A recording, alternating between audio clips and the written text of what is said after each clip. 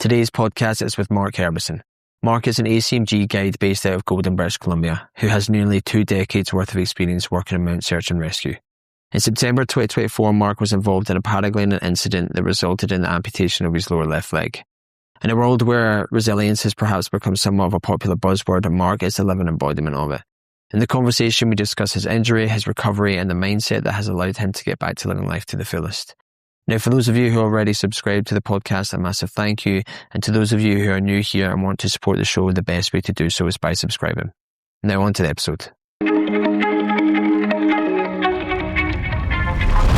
Yeah, as I say, me and my girlfriend were watching your talk, or one of the many talks that you've given at the weekend on Saturday. And I do have some facts. So I'm right in saying, so you're an ACMG guide based in Golden. You just said there you've done like 18 years working in mountain rescue. Self-described sensation seeker. Yeah. And then you've done you've run, you ice climb, you rock climb, you paraglide, ski tour. Am I missing anything else out? Or is there... Yeah, like mountain biking. I used to do a lot of like downhill mountain biking for a couple of years. And then whitewater kayaking, I guess, was the other thing on the list. And have you just always been like super sporty from day dot? Yeah, I guess so. Like growing up as a kid, I was, I'd play soccer and rugby and volleyball and all this and that, and like cross country ski race as a kid. So I think that's where I got a lot of my drive from. And then, moving to the mountains, there was this whole new world opened up of things to do. I was going to say, what brought you from Regina to the mountains?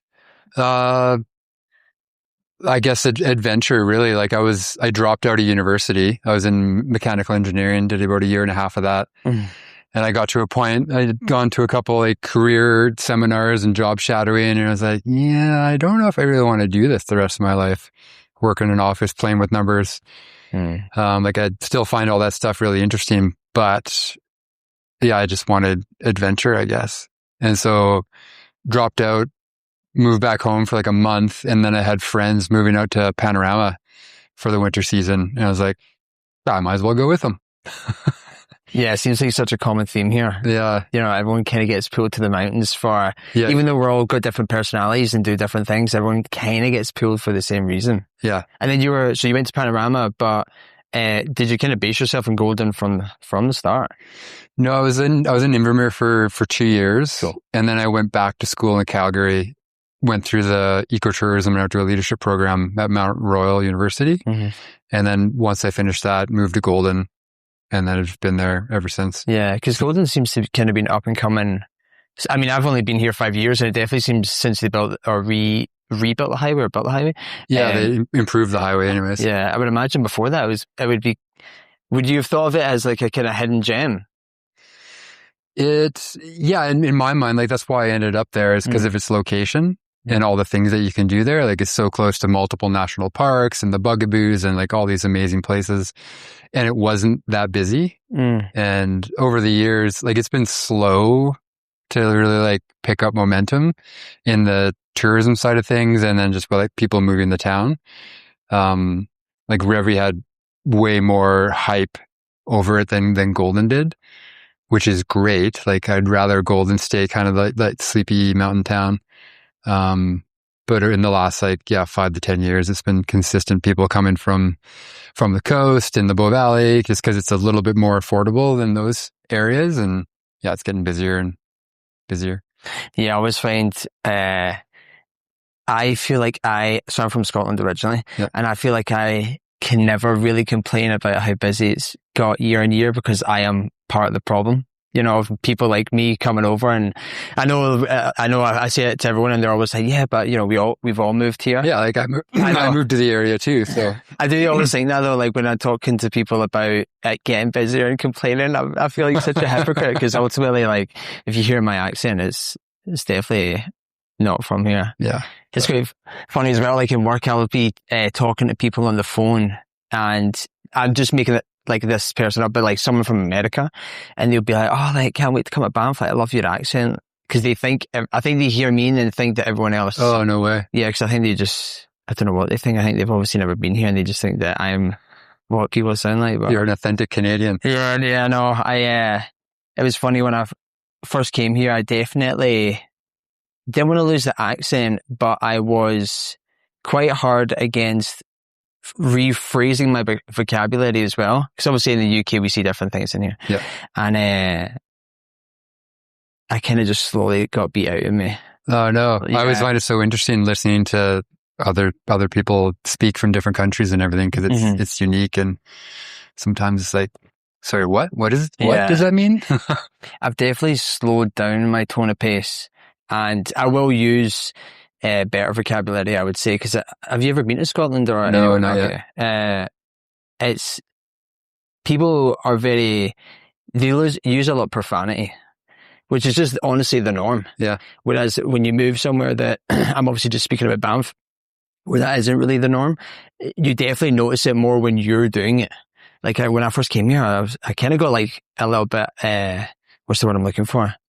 Like a little bit self-conscious about the way I was speaking, not because of like my accent or anything, but because I was like, damn, I actually swear like swearing a lot. Quite a lot.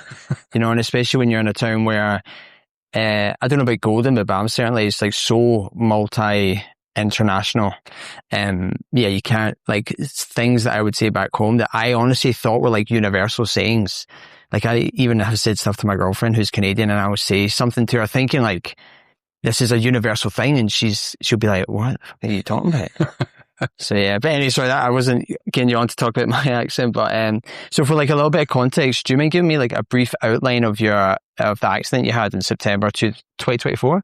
Yeah, September 2024.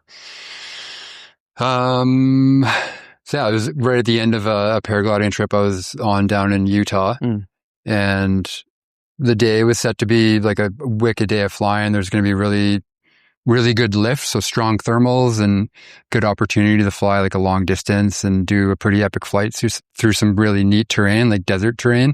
There's like high desert plateaus there, and yeah, really neat features to fly through.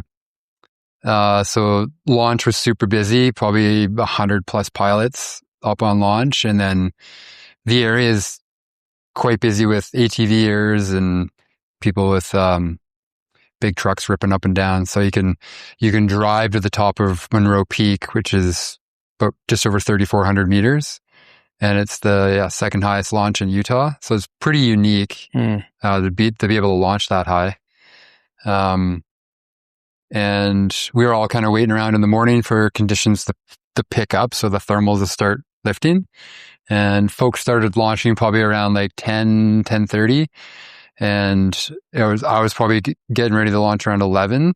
So within that half an hour time period, it went from like very light wind to no wind to quite strong to like the higher end of what we would typically launch in. Typically, gusting up to 25 is the max. Well, I wouldn't say max, but like the higher end that you want to launch in. You can launch in stronger winds if it's like gusting to 30 or 35, but then lulling back down to 20 or 15, and you launch in those lulls between the thermal releases. And that's what people were doing, and that's essentially what I did. Two of us set up at the same time when the lull came, and my friend Adam was just to my left, and he was ready like slightly before me. So I kind of gave him the nod to launch first. He brought his wing up, turned, flew off, took off. And then I brought my wing up, turned, launched, took off, and things were going great. Like the first couple seconds of the flight were great. That was a couple meters off the ground, flying over the cliff edge, and then got hit by the strong thermal release. And it was just very strong. It pushed me backwards. So your paraglider flies at about, say, like 38 kilometers an hour with no wind influence. And I was pushed backwards, not very strong, but enough to push me backwards and turn me sideways and then collapse the right side of my wing. The nature of the terrain, like it was a cliff feature and it had some like protrusions in it. So the wind was coming up and kind of swirling, and it was quite turbulent. So that's why I was turned and the wing took a collapse, because it got hit by the side of the wind. And at that point, just lost control. The wing was being like thrown around in the air, taking collapses, getting whipped around, kind of like a rag doll through the air. and trying to fight to control it. I knew I was close to the ground. I was either just above the ground getting throttled or just in front of the cliff face swinging around. And I just remember the last time I swung around, seeing the ground coming at me like at a very high rate of speed. I don't know exactly what happened, but I likely like tried to flare the wing to kill the energy in it as much as I could and impacted the ground. Damn. And just made this horrendous guttural noise, as you can imagine, hitting the earth at a pretty high rate of speed. I was lucky in hindsight, I was lucky that I wasn't in my pod. So a pod harness is like a flying sock, this aerodynamic little sleeve that you put your feet into. So I wasn't in that yet. So my feet were dangling down. If I was in the pod, I would have likely impacted on my butt or my back and likely broken my back and could have been paralyzed or quadriplegic potentially, or worse. So I took the brunt of the impact with my left leg and left wrist. Broke the wrist pretty bad. The ulna popped out. The radius like dislocated into the back of my palm, roughly like 2 inches. I was looking at the x-rays today because I gave a presentation to a class in Calgary today, like an adaptive sports class. So yeah, seeing those images again were like, they're always pretty humbling, to seeing the damage that was done. And I remember laying on the ground in quite a bit of pain, thankful I could move my legs and like feel my feet and wiggle my toes. And my left leg was a little bit higher than me, and it was kind of uncomfortable. It was sitting on this bush, and it's all volcanic rock at the top of Monroe Peak, so it was like sharp and pointy. And I was like, move my leg down, and as I did that, the ankle flopped open, and then the arterial spray of blood started spraying out, and I was like, okay, this is not good. This will be, life-changing, most likely, the amount of damage that it did. And then from there, thankfully there was a lot of people still on launch. They were able to like run over, disable the wing. So I wasn't like dragged through the rock and injured more, or worse off, picked up again to be slammed back down potentially. So they killed the wing and got on me immediately. And I think within a minute or two, there was an emerge doc on scene who was also a pilot flying for the day, and he had a tourniquet. Put the tourniquet on the ankle, slowed the bleeding down. And like I was conscious the whole time. I didn't hit my head in the crash, thankfully, or at least there was no damage done to my helmet. And I remember before the tourniquet was like cranked super tight, like could feel like blood pressures dropping because I'm losing blood volume. And I could feel myself like the vision narrowing and getting like slightly faint. And I was verbalizing that to the people that were helping me. I was like, I'm going to probably pass out here soon. Like, just be prepared for that. Preparing myself for that too. But yeah, once that tourniquet was on and stopped the blood loss, I kind of like came back around and got some energy back at least. Damn. And then the whole rescue was organized after that. Like originally, there was a paramedic on launch already. So they were on me pretty quick doing blood pressure. They sprayed fentanyl on my nose to try to help with the pain management. And they're like, yeah, we'll get an ambulance to drive up here, and you'll be like back, down in town in the hospital in like 2 hours. And I was like, no, man, you need to call a helicopter right now. Like, this is limb and life threatening. Like, I need to get out of here now. And that's essentially ended up what happened. They called a emergency evac helicopter, and some advanced care paramedic showed up and got me all doped up on ketamine, and I enjoyed the rest of the ride to the hospital. And do you remember the rest of the ride? Or you kind of like... Yeah, I was in and out of it, like fentanyl up the nose. They transported me off the cliff edge to a flat area. And then the paramedics, the advanced care paramedics arrived, shot me up with ketamine, And then they realigned my ankle and my wrist. And I remember those moments because there was just like a lightning bolt of pain through my whole body. Like, just the nerves exploding essentially. And then, yeah, in and out of consciousness between that point and the hospital, I would be able to talk with friends a little bit. I remember apologizing to the paramedics, knowing that I could say some ridiculous stuff being in the K-hole. Ah, okay, yeah. I'm just being like, sorry if whatever comes out of my mouth in the next hour here. But I remember it slowed my speech a lot. Like I would talk like this and be like, Joey, thank you for helping me. It was ridiculous. And then, yeah, I had like a crazy visual audio experience with the ketamine on my heli flight to the hospital. And I remember coming to once or twice in the helicopter and recognizing that it was a 407 just from like features on the roof and how everything was shaped and looked in there. But yeah, there was one particular moment where I thought I was dead and my energy was just like traveling through the universe at high speed. Wow. Just with like, you're just tripping. What? Yeah. Effectively 100%. just tripping. Yeah. Wow, that's kind of funny. I mean, it's kind of funny and a somewhat like tragic story, but is that the first injury you've had? Like, it wasn't just like a sprained ankle or something. Was it the first major? Yeah, it was the first major injury. Yeah. I was thinking because, obviously you have worked in rescue. I guess at that point it would have been like 17-ish years. Yeah.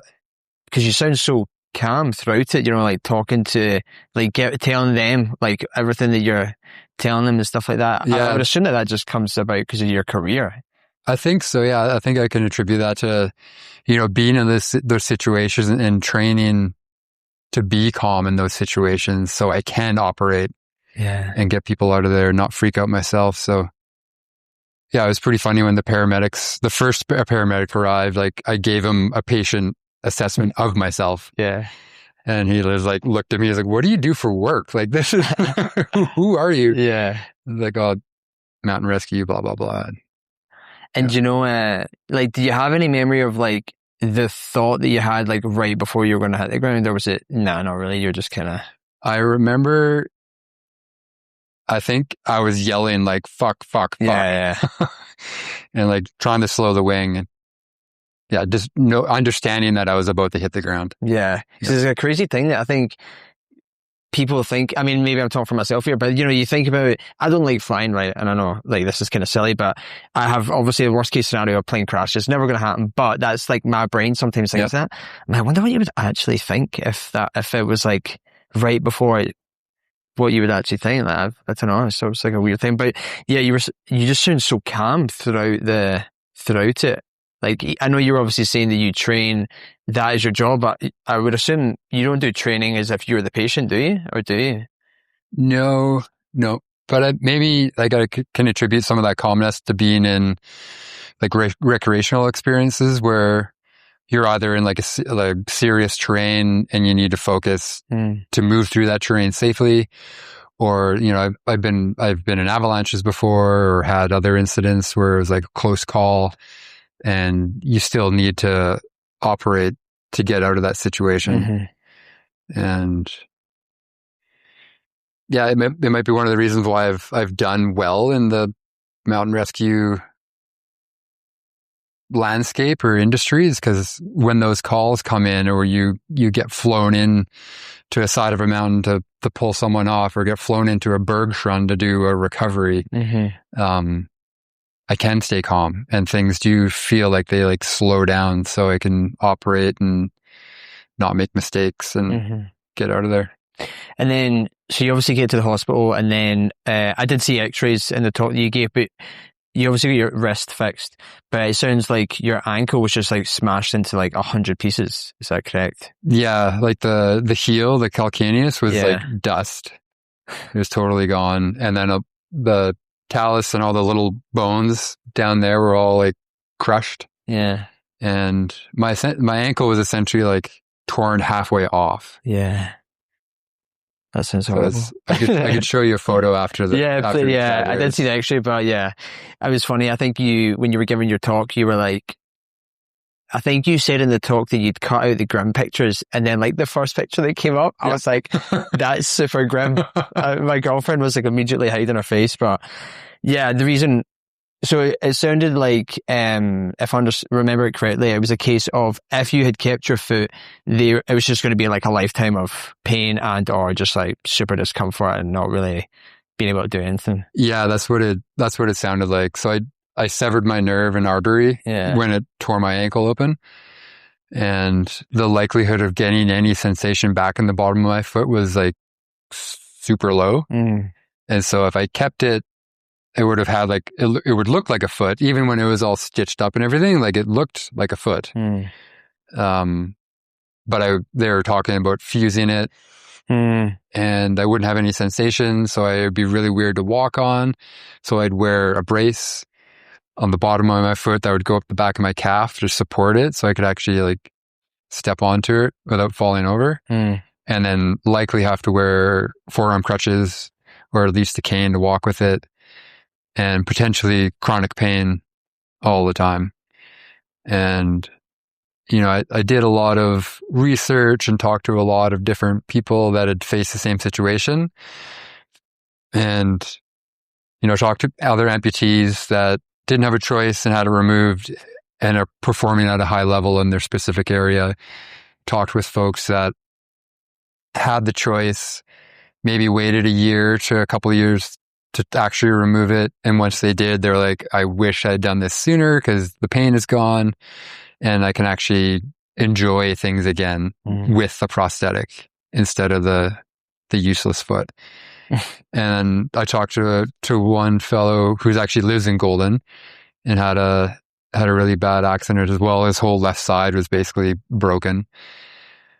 And he's kept his foot for the last 10 or 12 years. And at the end of our conversation, he's like, Mark, you know what? Like within the next year or so, I'm probably going to remove it. Wow. Yeah. Wow. Because he wasn't, you know, he could go on hikes with a lot of pain and still move around, but he couldn't ski and couldn't run and do all these things. So he's like, yeah, he's likely going to take it off to make life easier. And my whole thought process and what I tell people is like, I cut off my foot so I wouldn't be disabled the rest of my life. Yes, it's kind of like a juxtaposition. Like when you just think about it, but like the reality obviously is, it makes total sense. Just coming to terms with it. Yeah, there's a guy that I worked with, much smaller appendage, but he ripped his pinky off. Like it was just hanging by the skin. And this is a very long story short. He had the same options as you. He fused it, but they're like, how do you want it fused? Do you want it fused straight? Do you want it fused bent? So he had it kind of like fused in a slight curl. Yeah. And again, long story short, he cut it off like 2 years later because he was just like, it was just inconvenient. Yeah. Like, it was always getting caught in things. But so, yeah, definitely I've heard that. But, I mean, so you obviously, sounds like you made what is a very rational choice. Was it still kind of surreal to a degree being like, cut off my foot? Yeah. When I told the surgeons that's what I wanted and like, you know, talked to my family about it and everything. Yeah, it was definitely a pretty weird thought process, you know, accepting that and saying like, this is what I want to do. But I think I came to terms with that like pretty early on, like even while I was still down in the States in the Utah hospital, talking with the surgeons there, like they were ready to amputate the next day that I was in there. Like they were like, this is the worst break we've ever seen. Like this is not fixable. So they were ready to cut it off. I was, you know, talking to them, talking it through with my family, being like, this is likely the best option, but I want to get back to Canada first before this happens. And like, very glad that I did that. The surgeons there gave me more time to think about it and do research and talk to multiple different people. And so I'm glad I had that window of time. Like I took an extra maybe week and a half before I actually said like, let's do this thing. It's a very final thing to do. Yeah. It's not like, it's pretty final. Yeah. No, was it anyone, so it wasn't like pressure at all from like doctors and that saying you have to cut it off? It was just an option that you obviously explored pretty deeply. Yeah. Yeah. They presented, we can try to save the foot. That would look like, multiple surgeries, years of recovery, likelihood of no sensation return, likely chronic pain, likely in a brace, yada, yada. Or you remove it, you can get a prosthetic, you can do all the things to whatever level you want to get back to. You run the risk of having, again, chronic pain. That's always a possibility. Phantom pain lasting the rest of your life, like feeling that your foot is still there, but it's not. And then some people deal with that constantly, which would be horrendous. Is that just a psychological thing? Yeah. Wow. Yeah, definitely. So my uneducated mind is trying to understand this. So the phantom pain is just their mind tricking them into the fact that there's pain there, but there is no pain whatsoever. It's just them. Essentially, yeah, it's from what I've been told, and like I listened to pain seminars and stuff that they offered to us, like 90% of your perception of pain is in your head. Like it's all neurological. So the brain sees that there's no foot there, therefore it should hurt because it's gone. There must be like something going on because the foot's gone. Wow. And so there's ways that you can trick your brain into thinking that you have 2 feet and therefore it shouldn't hurt. So it's called mirror therapy. Yeah. So you put a mirror between your legs and then the mirror reflects your good foot and you essentially just look at the mirror with 2 good feet. Wow. Tricking your brain that you still have 2 feet, and that apparently helps people with phantom pain. Right. Okay. So someone is like experiencing pain in that moment. That's what they would do. It's not like they would just randomly do that. No, they randomly do that. They would just sit there to train themselves. Okay, yeah. Fair, I'm not sure exactly what the protocol is, but probably do it a couple times a day for like 10 to 30 minutes a day or each session. And eventually, I think that helps people that are dealing with it. So I dealt with it maybe for the first month and a half maybe a month of phantom pain. And then eventually just like slowly tapered off until I get it, maybe once a day, once every couple days, where it's just like a little tickle or like a tingle in my foot or my toe. Or sometimes it's like a jolt of lightning that comes up through the stump, but then it's gone within like half a second. So it's super brief. Yeah. Yeah.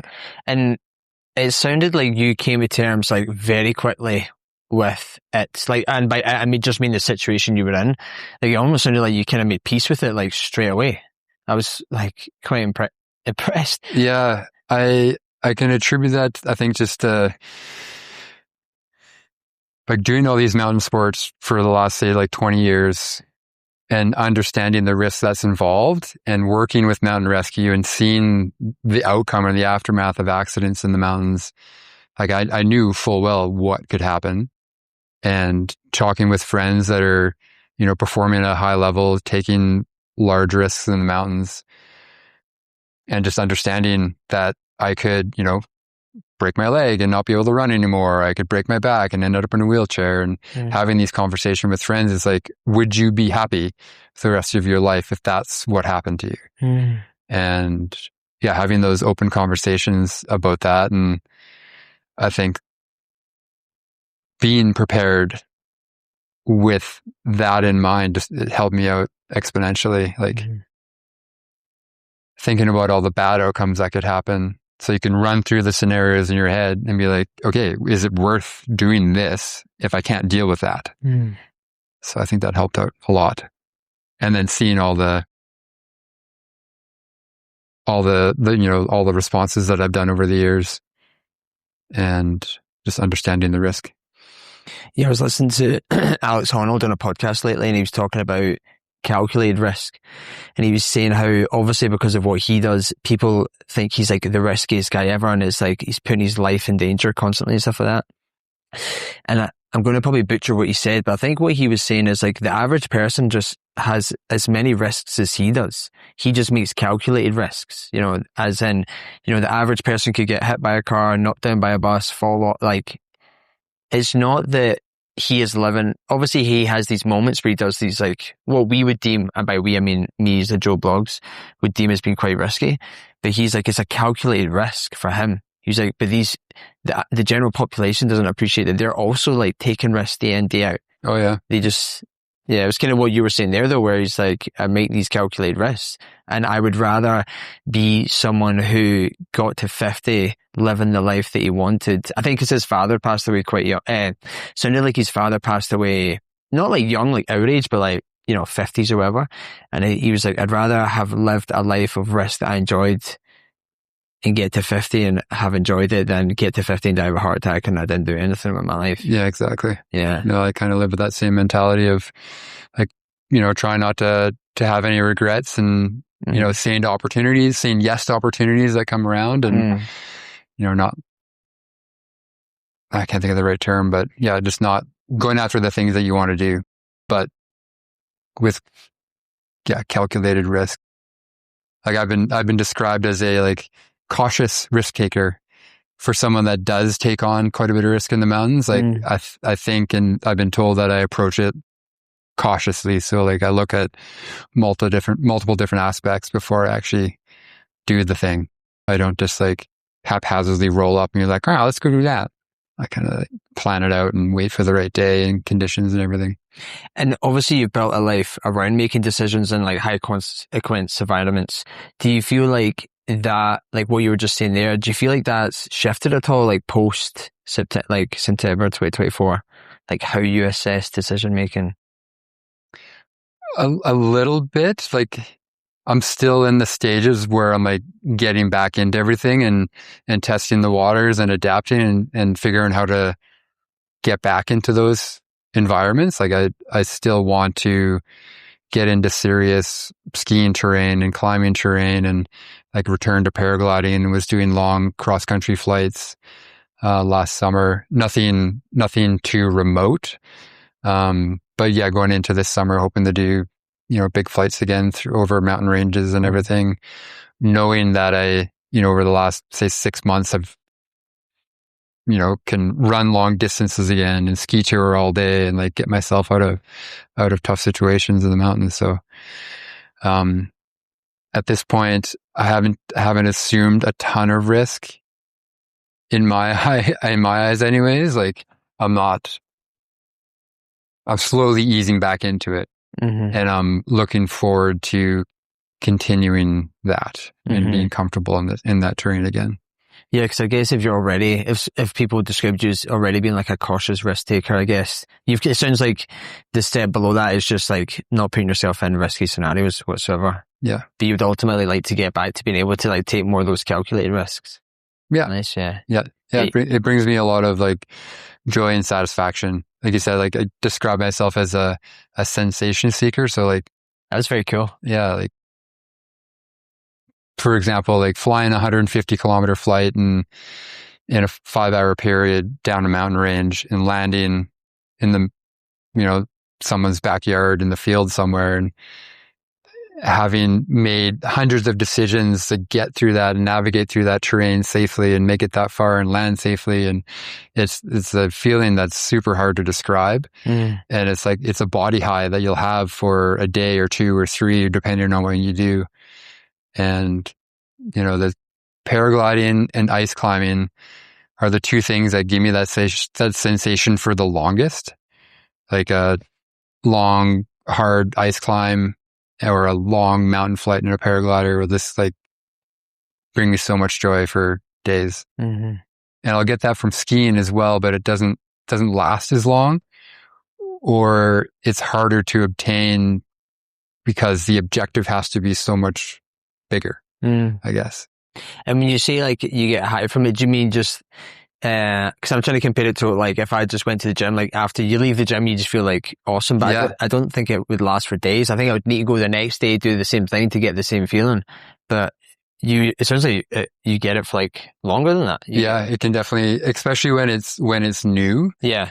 And when you essentially unlock something for the first time. Oh, okay, get you, yeah. It's just like, whoa. Yeah, definitely would get amazing.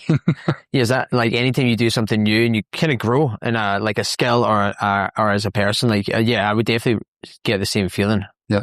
And then, so to jump back to obviously when you're, have made the decision to obviously like cut off your foot, was there like a moment where you realized, right, cool, I'm not going back to the way things were before? I mean, obviously.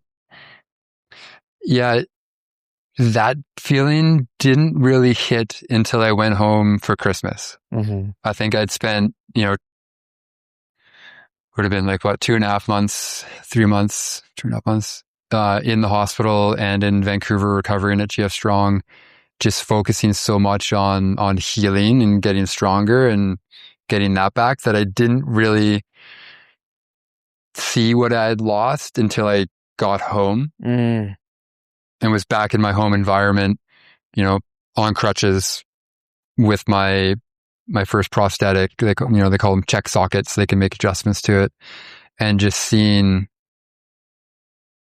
the change of, like, at that point, the change was very drastic because it was hard to do everything. Like, I didn't want to wear my prosthetic all day. I was crutching around the house, making a sandwich, standing on one foot. Navigating the kitchen was tricky. Crutches would fall over. I'd knock things over. I'd lose balance. Just all the simple things were now difficult. And so, yeah, I had a pretty hard time just coming to terms with that and actually like grieving the loss of my foot. Being like, okay, this is going to suck. And it did for months. But like worked my ass off through that period. And I'm at a point where now I wear my prosthetic by the time I wake up at 6, the time I go to bed at 10. And, for the most part, 99.9% of the time, I don't have any issues with the prosthetic or my stump. And things are back to normal. Like when the prosthetic is on, I can do anything. As soon as I take it off, I'm back in my crutches, and that's when things change. It's more difficult to navigate everything, but it's totally manageable. And you kind of alluded to there, like going through. So obviously, right at the beginning when it happens, it sounds like you kind of made your peace with it, very rational decision, and not like grieving at that point in time. But then it sounds like you kind of went through all the stages of like emotions, like almost like the 5 stages of grief. 100%. Like, was it like that? Did you just go through like all the different stages? How did they progress? Was it like acceptance to then? Yeah, I did look up the stages of grief and how it all works. I can't remember the exact progression, but it's like denial or whatever. I definitely went through all of them, and the acceptance was like very early. And then, grieving the loss of it and everything came, like I said, later. And there's a lot of dark times. Like I was home for Christmas, went back in January, and that's where it really sank in, where I did have those, dark moments or dark days or weeks where it took a lot of effort to get out of bed in the morning and, go through the steps and process of, going to physio every day for 90 minutes and then going to the pool to swim and then go to the gym to lift weights and then go home and do core and stretch. And,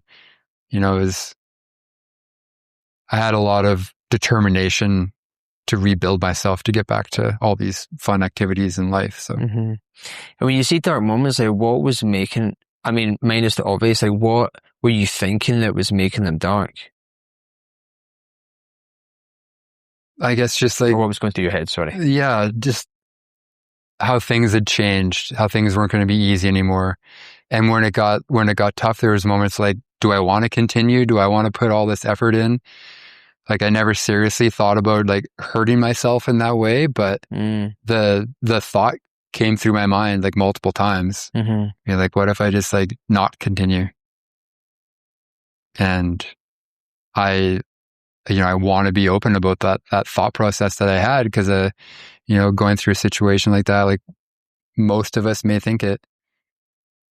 Yeah, I remember in my early 20s, through self-inflicted life choices, I ended up having like a couple of years of like panic attacks and all this kind of stuff, like self-inflicted mental torture. And anyway, the reason I'm bringing that up though is because I was kind of the same. Never at any point felt suicidal, never even thought like I want to kill myself. But I remember it was the first and only time in my life where I was like, I actually understand it. Like I didn't, as I say, I didn't want to do it, but I remember being like the mental torture, and then ultimately the physical torture I was putting myself in because I was highly stressed and my body was reacting. I remember being like, I actually get it. I get it. Because it was just torture, like constantly every day having, these things that were going through my mind, or like the physical sensations that I was like, just panicking 24/7 really. Right.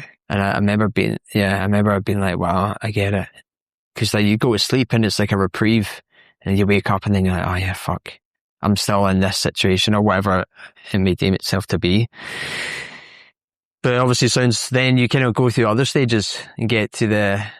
Yeah, you start seeing the progress and getting better, and, weight bearing and walking on it, and seeing that strength development and regaining aspects of your old self was, super rewarding. And did you have like...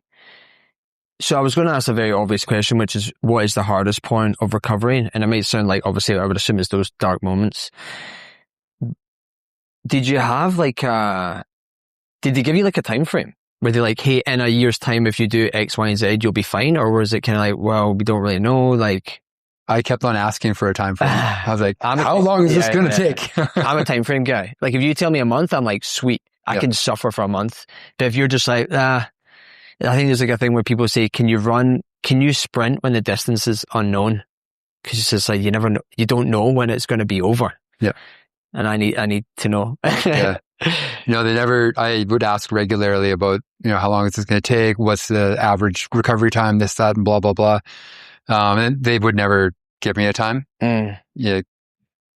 The long-term vague time frame was like, a year and a half to 2 years. Your prosthetic will fit well. And anything in between is totally up to you. Like, everyone's different. Everyone recovers different. Everyone puts in different amount of effort. So, and I think that's a good thing that they don't necessarily give you a time frame, or at least my medical team didn't. They probably learned that from experience or whatever, but I gave myself a time frame. What was the time frame? Well, my major thing was like, I want to be on skis by the end of February. And, I had a couple of different amputees come visit and chat and show me their prosthetics very early on in my stage. Yeah. Before I even had one. And like Tyler Turner came to the house in Vancouver, and he's a Paralympian. Oh wow. Border cross, who's competing right now in the Paralympics. Won gold the last time. Anyways, he came by the house and talking about snowboarding and skiing and getting back on it. He's like, you know what? Don't even think about it until a year. And when he said that, I was a little taken back, because I was like, what? A year? There's no way. Like, I'm going to do this in like 5 months. And so, my plan was to be back on skis by the end of February. And I didn't reach that goal, but I reached it like 3 days later. I think it was March 3rd when I got back on skis on Grouse Mountain. Yeah, I heard that you were skiing. I mean, again, it's just because I've obviously never had to, I just don't know anyone who's done it. I was actually thinking, like, how do you ski with a prosthetic? But I would assume that you get a specific prosthetic for skiing. It's not just like the one you're wearing just now. Yes and no. Oh. So you can get a purpose-built prosthetic that has a knee brace built in, that then like knee brace that clamps onto your thigh. And those are purpose-built. They're often like integrate the boot. I don't have one of those. And I think what plays in my favor is that I have a long residual limb, like a long stump. So that helps with, like, it's a long lever. So it's good control and power transfer and all that. If I had a shorter stump, I would likely need a knee brace to help support the knee, because all that torque goes straight to the knee. I kind of lost what I was going to say. So I do use this prosthetic. So this socket and then I just change out the foot. Oh. And I either put a different foot on, which can fit into a ski boot, or I have a different foot that has a toe and heel welt that can go directly into a ski binding. Right, okay. Yeah. So I don't know if this is a guy thing, right? But see, when you're talking about like multiple feet, I'm like, that's quite cool. Yeah. When you're talking about like, oh, I've got this foot and that foot, like, I know it's kind of childish, but is there like quite a cool element to that where you can like upgrade your prosthetic? Oh, yeah. That must be pretty sweet. I have 5 feet total right now. Right, okay. And I'm working with a friend of mine who's I call him a materials engineer, but he's not a trained engineer, but he designs rescue equipment. Right. Kirk Mothner, and he helped me modify my ski foot so I could put it in like a pin binding to ski tour with. He's making me a climbing foot that'll, on one side I could be able to like climb slab features. So it's sloped. Mm-hmm. And then on the other side, it's tapered to like a triangular point so I can climb crack with it. Wow. And he's building a mechanism that I can just like reach down and turn it. So I'll go from like slab climbing or like edge climbing to crack climbing. No, this guy's a genius. Does he do that, or is he just your friend and he's helping you out? Well, he like I said, he designs rescue equipment. Oh, yeah, so you did say that. I don't know if you have anything. I don't think we have anything. No, it's all like... And he's also going to build me like a cramp-on foot, like a dedicated ice climbing foot. Wow. As well. So we'll be like, upgrading that stuff in the next little bit here. They don't really make it purpose built because there's not a market for it. There'd be like 10 of us in the world that are interested in a cramp-on foot. But lots of people, build their own stuff. I was watching this really stupid thing to say, but have you seen a video? It's quite old now. It was on YouTube of it's like a Scottish climber, and they're exactly like you, and they're climbing, and their amputated leg falls off when they're climbing. Have you seen it? No, I don't know if I've seen that particular one, but I have seen a video where someone's leg falls off. Yeah, they're like, your legs fell out. It's hilarious. I'll show you after this. I was like, I might show this guy this if he's got a good sense of humor, because I was like, I don't know if it's something you'd go to like a stranger. You're like, have you seen this person? Yeah. But, I mean, that's amazing though that you've got someone like that who's able to help you out. Yeah. Because there must be quite a cool element of like the silver lining of being able to like kind of explore all these. Like, definitely it's really neat to have someone that has the skill and that's motivated to try to help me out. Mm-hmm. And this, with regards to like the recovery, and it kind of, you're making me think about it because of the guy helping you now. Like, what do you think who or what was like the biggest support to you? Like when you were kind of like recovering, I guess, in the darkest moments? My friend and family network, I guess. Yeah. I had like so many people reach out. People come into Vancouver to spend like a week with me, up to 3 weeks at the hospital every day, like taking shifts so I always like didn't have someone there, but it actually felt like the whole time I was in the hospital, there basically was someone visiting all of the time. Was there any point where you were like, fucking hell, leave me alone? No, it was good to have people around. It was exhausting because I wasn't getting a ton of sleep because I was taking meds every 4 hours, and they were doing a bunch of assessments on me like constantly while I was there. So, but I would just, if someone's visiting, I might just like take a 20-minute nap while they're there, or if I have like a pain episode and get shot up with morphine and kind of drift off into a drug overdose coma or whatever. Yeah. And why do you think that made such a difference? Like having those people?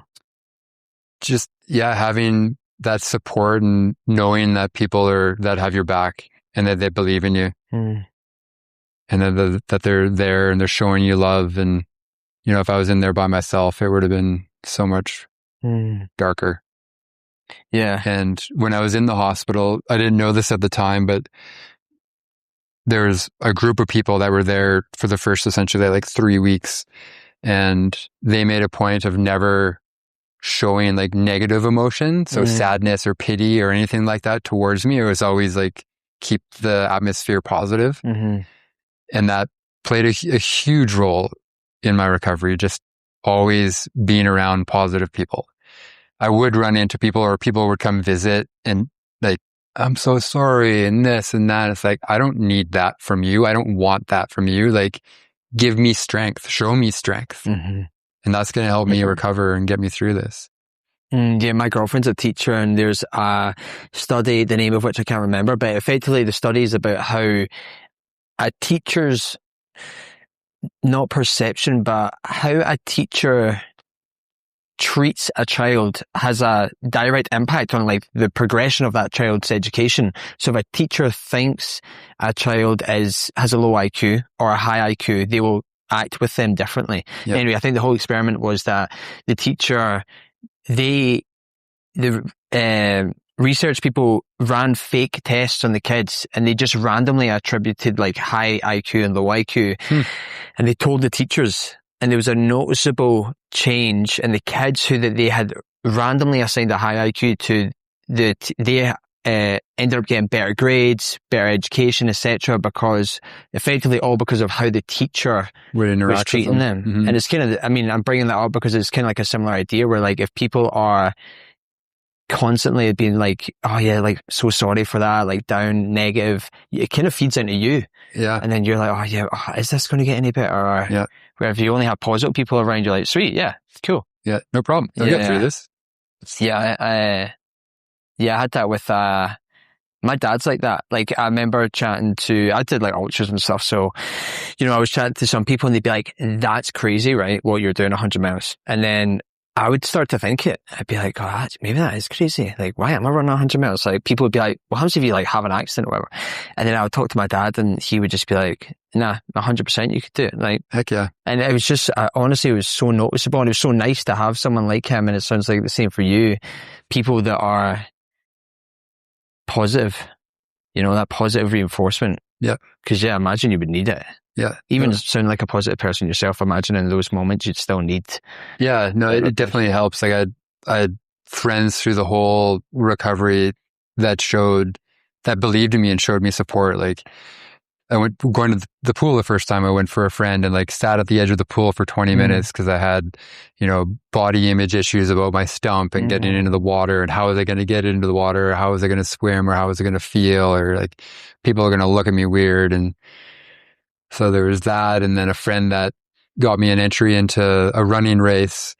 And at the time when they wanted me to sign up for it, I was like, I can run a kilometer, maybe 3 kilometers, and it's awkward and it hurts and it feels horrendous sometimes. And they're like, no, you can do this. You got the summer, like sign up for it, get it done. And it's like, okay. Yeah, it's those nudges when people are so important in your life.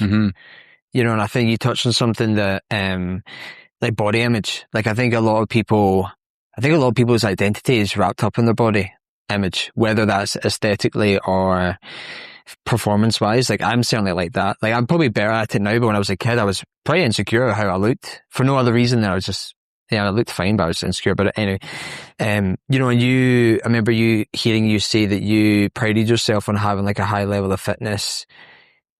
With what you were chatting about there, you know, like going into the pool and kind of being conscious of it, did that kind of readjust like your, I guess, connection with your body image, if that makes sense? I think so, because I didn't know how much I could regain of my past self. So I think I gave myself a bit of like leeway, and I was able to develop like being patient with myself and showing myself kindness, that this is going to take time. You may never get back to a certain point where you want to be.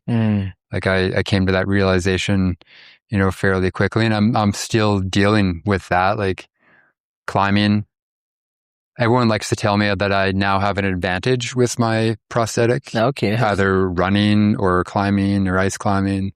How's that? Which I find hilarious.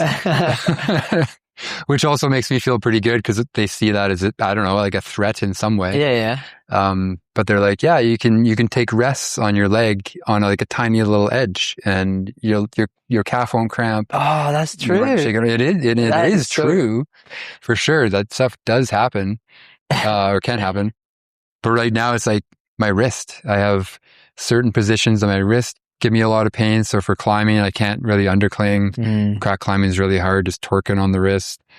And yeah, with running, because I have a bit of a spring, a different foot that I run with that's like curved. They're like, oh, you'll just spring your way up there. It's like, well, it doesn't really work. It doesn't really work that way. I can't generate force. Yeah. It just absorbs it. Right, yeah. Again, when you describe having like a spring for running, I'm like, that's sick. I think that's really cool. But yeah, I guess, I mean, it's the pros and cons, like, as you're saying with the, you don't have like the calf cramps, but no doubt there's other things that your sensations you're getting that they're not getting. Oh yeah. Like I can't obviously like articulate my ankle or move it around. Oh yeah, and, true. I never thought of that. Positioning that, like slab climbing with just like a regular foot because I can't move it is extremely difficult or like impossible. And then crack climbing, I have yet to like play around with that tapered foot that Kirk's working on, but it might get stuck and then I won't be able to like move the foot. And so yeah, there'll be a lot of experimentation with it. Yeah. And I guess with especially things like rock climbing as well, is like, what it's like it's not like your depth of range, but do you have a good idea of where your prosthetic foot is? Is like if you're rock climbing, do you know what I mean? Because I can like, does that make sense? I can feel where my foot is. Yeah. So it's hard. Yeah. It's difficult. And because I can't articulate and move it, I watch it and I have like rotated off features and fallen because I don't know where my foot is or like what it's on. Yeah. So every placement I have to like watch it and then I'll weight it and move off of it. So I'm constantly checking it. Because can you feel, dumb question maybe, because you obviously don't have the pressure in the bottom of your foot to be like, I'm on ground or I'm on a rock or whatever, right? So if you're on, like, do you just have the pressure in the bottom of your stump now and you're like, okay, cool. So at first I wouldn't be able to discern, like if I had my shoes on and I was standing on, a pebble or a rock at the front of my foot, I wouldn't be able to discern if it was at the front or the back originally. Now I can. So I've picked up, so I'm using my knee and my hip to compensate for not having an ankle. And so I can pick up those subtleties most of the time, which is pretty cool. Like you learn to do all those fine adjustments with the larger joints, the hip and the knee. And they're not as like accurate or whatever. They're macro adjustments, but you can compensate that way and pick up on it. And when you were talking about, obviously kind of like worrying with regards to like, you were talking about going to the pool and like what people would think and stuff. Do you feel like you have noticed a shift in how people see you, like friends and just strangers as well? Yeah, it was really interesting, like moving back home. So I was in Vancouver. I had some friends there and I saw them regularly and then would see people I don't know. So didn't have that familiarity with them and how we would interact, because the first time they met me, I was an amputee. Yeah. So coming home for the first time, or I guess when I moved home in March, seeing friends that I hadn't interacted with a lot was really interesting, because there was a lot of like intense eye contact. They didn't want to like glance down and look at the foot. And so like very quick in the conversation, I'd like point at it and be like, yeah, there it is, the prosthetic and this and that. And did you have anyone that's like, oh, I didn't even notice? Yeah, some people. Oh, really? For sure. Yeah. And because I typically wear shorts in general, and I always have, even in the wintertime, which works out well. It's just easier for managing and everything. But if I'm wearing pants, like it would be really difficult to know that I had a prosthetic unless you could like see the bulge or whatever in the knee. And do you ever, like, when you meet people and you can tell that they're like trying hard not to look at it, because you're like secretly we're all wanting to stare at it, right? And I'm okay with it. I would rather you like look at it and ask questions than like me perceiving you being awkward. Because then it's like, I would be that person. Obviously I wouldn't do it if I didn't know you. I wouldn't just randomly be like, what's up? You're like, but if I was like someone you knew, I'd be like, what happened?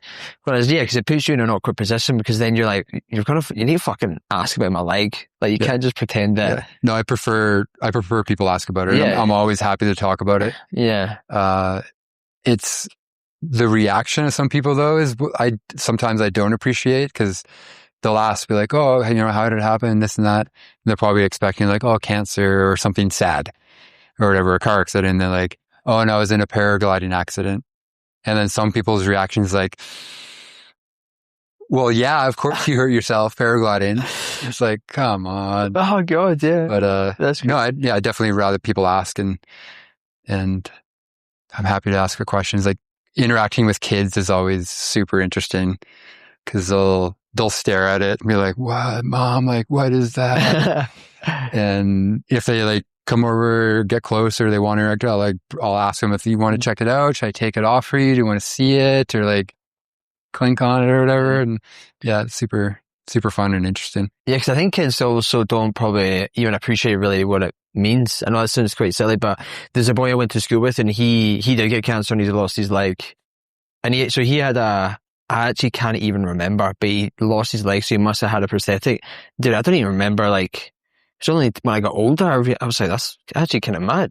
Yeah. But when we were all kids, you didn't even think about it. And like, the kids will see it for the first time, think it's super cool, and then it's nothing after that. Yeah. It's just like, oh, that's Mark. He has a prosthetic leg. So that's quite funny. So when people find out, some people have less empathy because they're like, oh, well, you almost deserve for getting hurt for paragliding or like doing risky sports in the mountains. That's outrageous. Of course that happened. Yeah. And do you find that people are nicer to you, just in general? Yeah. People will open the door, hold the door, let me go first. Yeah, I noticed that significantly in the grocery stores or just moving around in Vancouver, which is nice, but it's not necessary. Like, yeah, because you're actually you still are like a very young, fit young man. Yeah, but it's funny how they're like, just obviously because they'll see that, they just like, oh, like, and I mean, I would probably do the same, to be honest. Like if you see anyone like that, but it's just the irony is that you're actually like probably fitter than most of the people that you're bumping into. You're like, I should be the holder of the door for you. Yeah, do you need a hand for that? But yeah, I was thinking, it would be a weird shift as well, because it is obviously noticeable, and I think I was just curious as to whether, and like, it doesn't sound like it bothers you that much though, no? No, like, well, at first I was just uncertain about it, and I had lost a lot of weight, and then my whole left side atrophied. So I lost a lot of muscle and everything, and just fitness. And, you know, I took every opportunity I could to, you know, talk to a counselor or a nurse or like, so I would talk to them about it and, you know, work through it. And anyways, I don't have any issues with it anymore. I'm proud of this prosthetic, proud of the stump, proud of what I've, you know, regained and returned to doing. I'll have no issues like taking it off and showing them the stump and everything. And if I'm doing activities, I'll have to take it off regardless every hour to 2 hours just to dry it off, because it sits in a silicone liner. So it doesn't breathe. It just sweats in there if I'm working hard or if it's warm. And so I have to dry it off so it doesn't get blisters or like skin breakdown or chafing. Yeah. And often find that makes other people uncomfortable. Just to see the limb, it's just like, whoa, that's not normal. And a lot of friends are totally, you know, accustomed to seeing it, and some people ask to touch it, and it's kind of weird, but sure. I mean, if you had it off, I'd probably would ask to touch it, but I probably would want to see it. But what's your friendship group like? Because I know what mine would be like, and it would just be, the UK is a very sarcastic culture.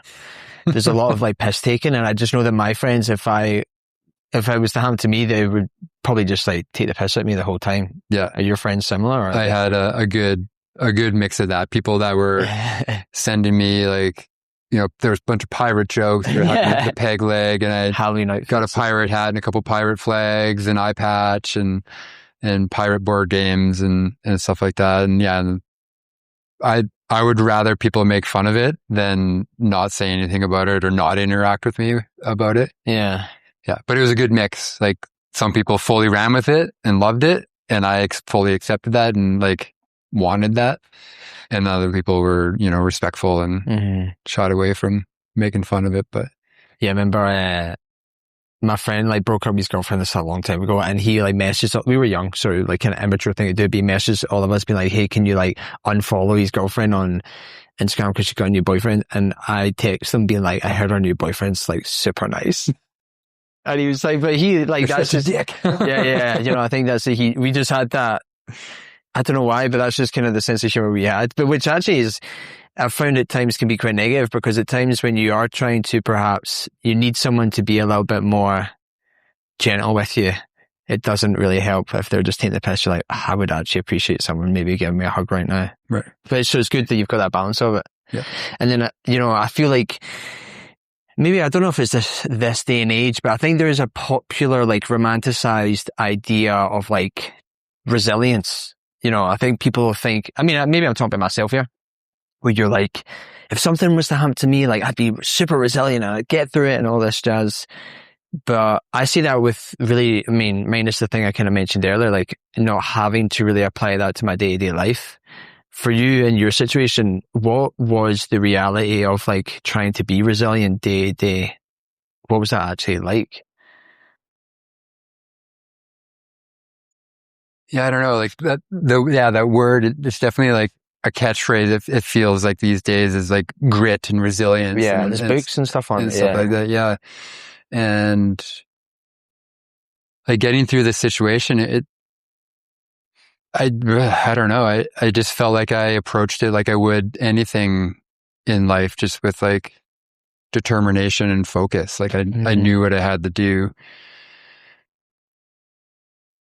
And maybe though that mindset was instilled in me as like a young kid, like going through sport as a kid and like cross country ski racing and doing maybe slightly abnormal things with my dad in the backcountry of Saskatchewan, like learning to snare rabbits and shoot rifles and camping in the bush rather than like going to a campground and going on canoe trips and living in the wild for a couple weeks at a time. So I think that was the idea of like putting in work to get a result was always part of my life. Like in university, I'd tree plant in the summertime, and I always thought it should be mandatory for every Canadian to put at least one season of tree planting in, because it gives you that sense of work for a reward. So the more work you put in, the higher you're paid. And just, anyways, I think it was always a part of me. Mm-hmm. Yeah, you kind of lived the life of resilience from like the trips and stuff you were going on already. Yeah, just, you know, if you want something, you have to put the work in to get it. So that's what I did. And I guess, I mean, what's the alternative? You just don't do anything. Your life's just shite. Yeah.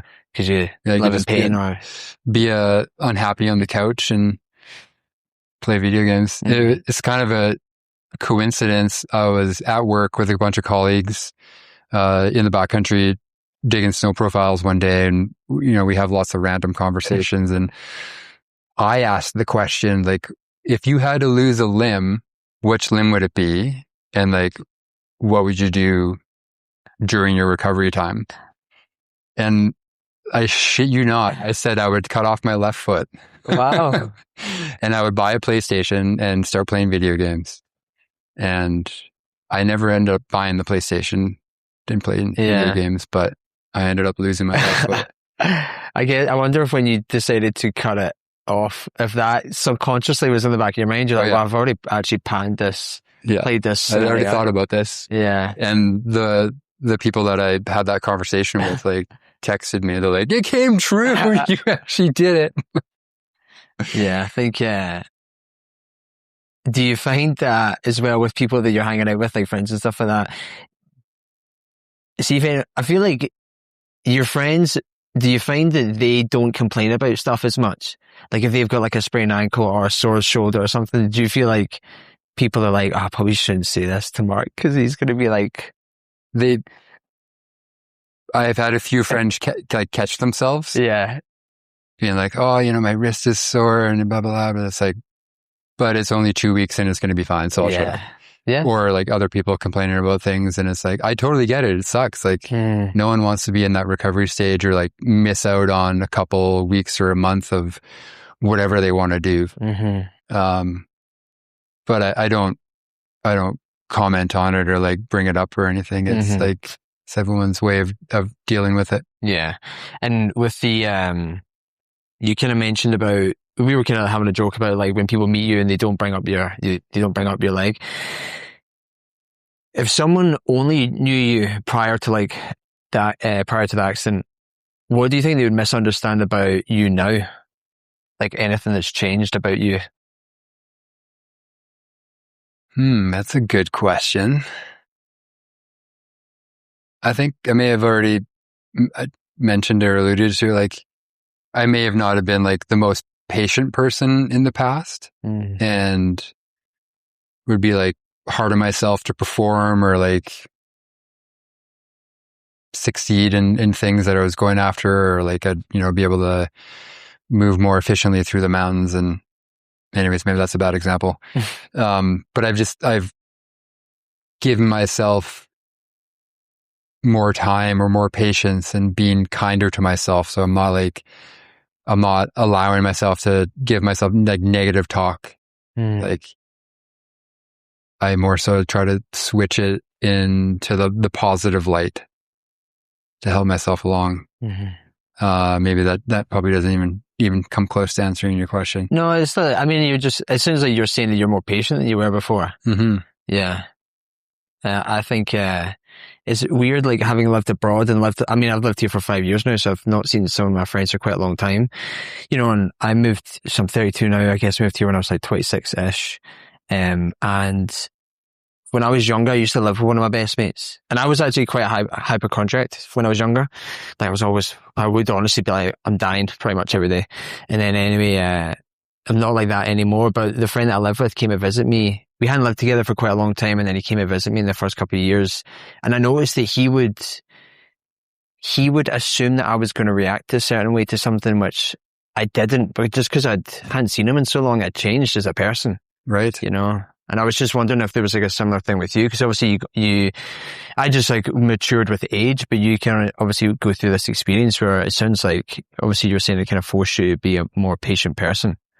Was it slow? Was it hard to like slow down as someone who is probably so go, go, go, I would imagine? It took a while, like especially like in the hospital, I was like, I came to that acceptance of losing my foot. And at one point I was like, let's get this done. I want this done now. This is my decision. And looking back on it now, I appreciate the process I had to go through in the Canadian hospital of like talking with everyone and going through it and giving myself the time to do the research. And like there was probably a time that I got upset with my family for making a couple decisions for me that in the whole grand scheme of things, like had no effect on the end result. But in that moment for that time, in my perspective, is like, this needs to happen now. And, that's not going to get you anywhere with that attitude. So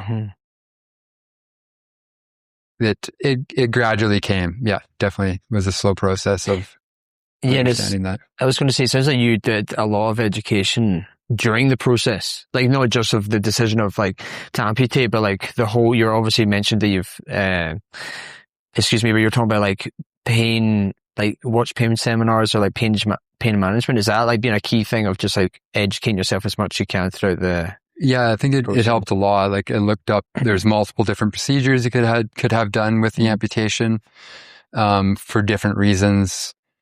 I reached out to a bunch of different amputees performing at high levels in different aspects of sport. Had a ton of people connect with me via social media to offer their insights. And yeah, and just talking to the different surgeons and their perspectives of what could be done and what they saw as the best option. And I feel like I'm super lucky to end up with the surgeon that I had, because the original surgeon that I was supposed to have, she went on days off. I kept on getting bumped off the operation list because of other serious accidents that would come in, like a car crash or broken hip or pelvis. So they would bump me to the end of the line. Anyways, it took 3 days. I ended up with this new surgeon that I hadn't met yet until like 10 minutes before going into the OR. Wow. And I feel like I'm quite lucky to have gotten Dr. Stockton. And, he's like, okay, I know your situation. I know you're a very active mountain lifestyle. I'm going to do this procedure for your like a nerve realignment, which could potentially help with phantom pain and chronic pain. It's like, great. And then he's like, I want to try this AMI procedure that we typically don't do in Canada, but has shown great results for soldiers down in the States. And it's basically if there's enough limb left, they'll harvest ligaments from the lower limbs or your foot and connect opposing muscles. So standard amputation is they cut the bone and then pin the muscle to the bone and it just like deteriorates and you can't activate those muscles anymore.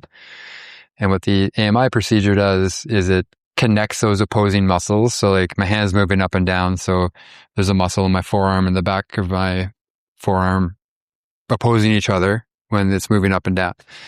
And so I can actually, if I think about moving my foot up and down, I'm actually engaging the muscles in my stump and I can feel the muscles flexing in my stump. So that will give me more control of the stump, preserve muscle mass longer, and likely reduced chronic pain and phantom pain. Wow. So if you hadn't had the AMI procedure, or is it AMI or AMI? AMI, sorry.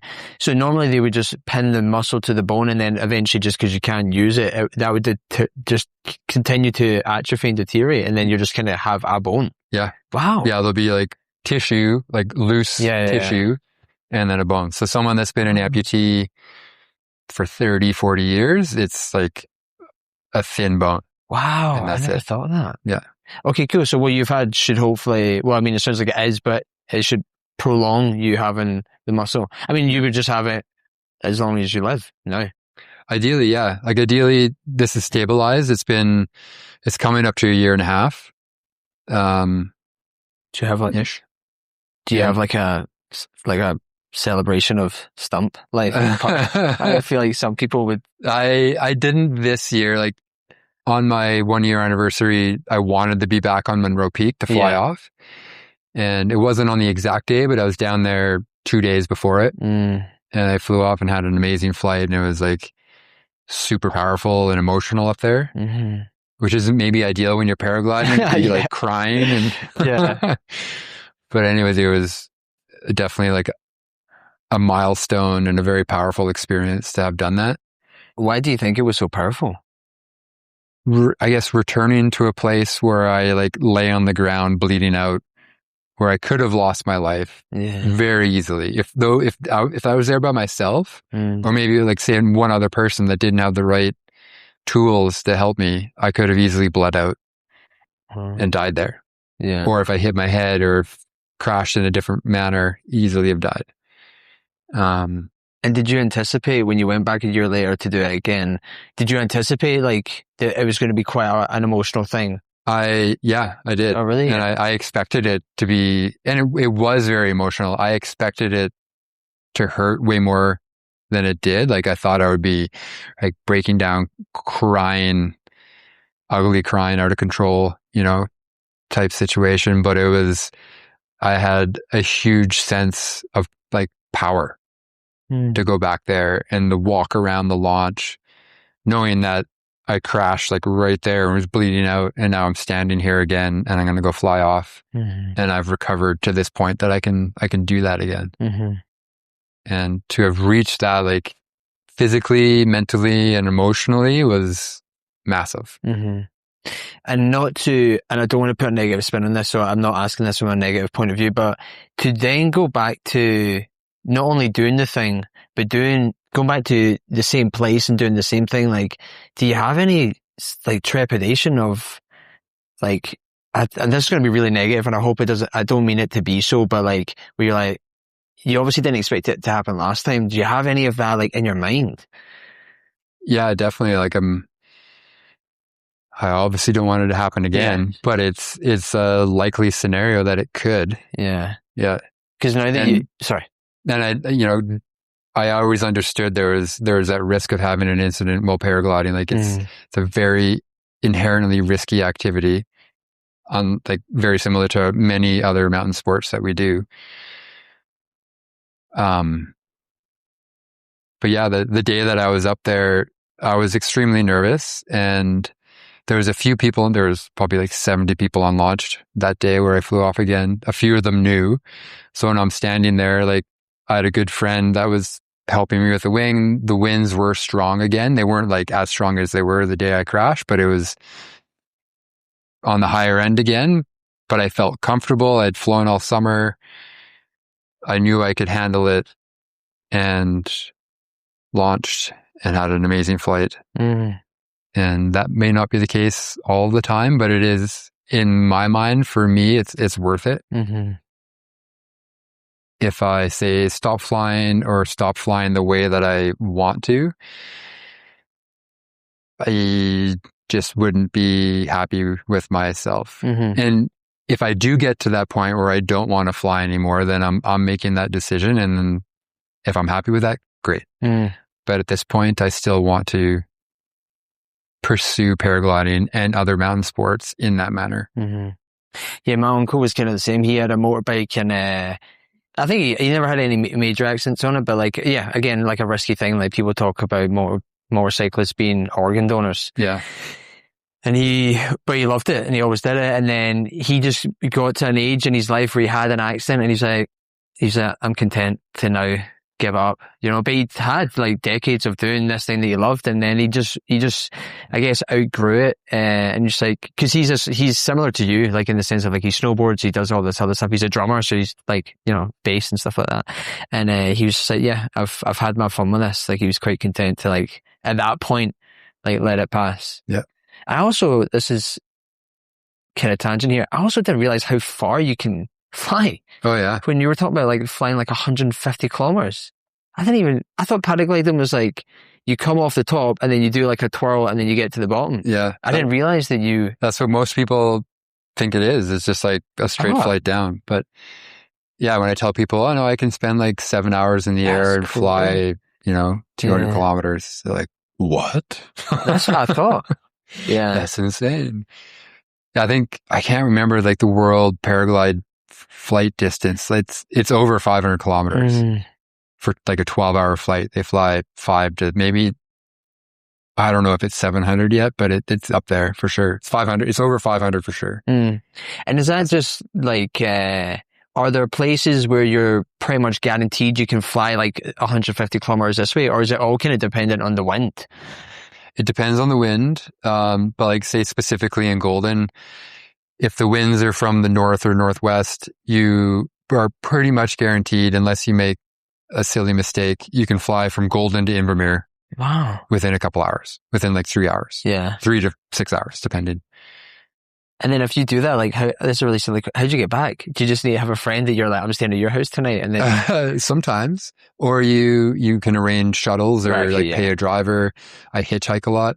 Oh, do you? Actually, one thing with the prosthetic is like a guaranteed pickup. Yeah, 100%. Yeah. So previously, if I land out on the highway, you'd be standing there, multiple cars driving by. I mean, like, this guy is an axe murderer with like a dead body in the back of his massive backpack or something. But when people see the leg, I've had people like drive past and then circle back around to come pick me up. And they're like, hey, we'll give you a ride. Where do you want to go? You can see in that circle that they're conscious. So it's just like, can't leave a guy. Yeah, this poor guy has no leg. Look at that size of the backpack. So with the hitchhiking, do you lean into the like, I need help side of? Sure. Yeah. No, I make sure they can see my leg. Yeah. Every time last summer, I even made the joke to a couple friends. I'm like, watch this. It's going to take like one car to come by and they'll pick me up. And yeah, it happens. That's hilarious. Yeah. I wanted to ask you kind of about your philosophy, your life philosophy, because you obviously, I mean, you just have such a positive attitude and such a peaceful one with all this. Have you ever heard of the Chinese parable? Have you ever heard of the parable of the Chinese farmer? No. Would you entertain me if I read it? Please do. Okay, cool. So the parable of the Chinese farmer, so it says, once upon a time, there was a Chinese farmer whose horse ran away. That evening, all of his neighbours came around to commiserate. They said, "We're so sorry to hear your horse has run away. That is most unfortunate." The farmer said, "Maybe." The next day, the horse came back bringing 7 wild horses with it. And in the evening, everybody came back and said, "Oh, isn't that lucky? What a great turn of events. You now have 8 horses." The farmer again said, "Maybe." The following day, his son tried to break in one of the horses, and while riding it, he was thrown and broke his leg. The neighbours then said, "What a great tragedy this is." The farmer responded, "Maybe." The next day, a general from the Imperial Chinese Army arrived to conscript all the young men of the village into the army. The farmer's son, because of his broken leg, was not taken. Again, all the neighbours came around and said, "What a blessing." Again, the farmer said, "Maybe." And the reason I've kind of been thinking a lot about that lately, because you honestly, I feel like you never know what's going to happen, you know? And it kind of sounded like I was wanting to read that to you because I was like, I wonder does that resonate with you, like philosophy wise? Oh, 100%. It just sent like shivers through my body when you were reading through that. Yeah. Because you never know. You never know. And, you know, I've had multiple conversations with friends in the hospital and this whole recovery period is like, you don't know what opportunities are going to come out of this that you wouldn't have had if you didn't have this accident, or the impact that you could have on people that you wouldn't have had previous to this accident. And like I've seen a lot of that already. Like I've shared my story pretty openly on social media and all of that. And I've had hundreds of messages from people I've never met, and they thank me for sharing the story. They share a bit of what they're going through and tell me that the way that I've shared my story has impacted them and inspired them or motivated them. And I can't remember the amount of times that I like broken down crying reading these messages in the way that they impacted me. Wow. So the fact that I can have that impact on someone's life that I have never met before by just sharing openly what has happened to me and how I'm dealing with it is like, it's huge. And, you know, I've had these opportunities to speak in front of people and talk to, you know, someone like yourself for this podcast. And I've done a couple other ones. It's like, the previous Mark would not want to be doing this because it makes me uncomfortable. And I don't seek that type of attention. But then now that I'm doing it and putting myself in this uncomfortable position for myself, I get so much reward back from it that I just have to say yes to everything that I can. I mean, you say you feel uncomfortable, and I appreciate you've done a bunch of these and you were saying you did one with like 550 people and you got a standing ovation. Like, you seem very comfortable. You know, I think I was going to ask you, like, what are the kind of positives of the scenario, but you kind of alluded to already, like the impact you've had on people, the kind of growth that you're going through with regards to, I guess, I mean, even in a simple thing, being like a good public speaker, but also, are there any like other positives that I wouldn't think of? I guess one of them for me is just like taking the time to appreciate, you know, I think I've always appreciated the beauty of the mountains, but it hits a little bit harder now. Like watching the sunrise, watching the sunset, being in a wild place with a good friend, sitting on a bench, having a conversation with a good friend, or going for a walk along the river. Like those experiences mean so much more to me now than they did in the past. Like I've always enjoyed them, but they actually like hit deeper. Why do you think that is?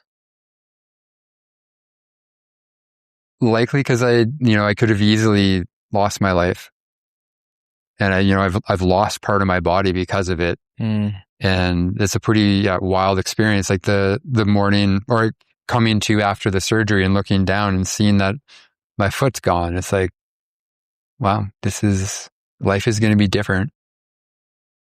And I think, just taking that time to appreciate those special moments, either by yourself or with friends and family, or just, hits deeper. Yeah, I think, I was going to ask, do you think that you're trying to return to Mark previous, or you're trying to grow into someone new?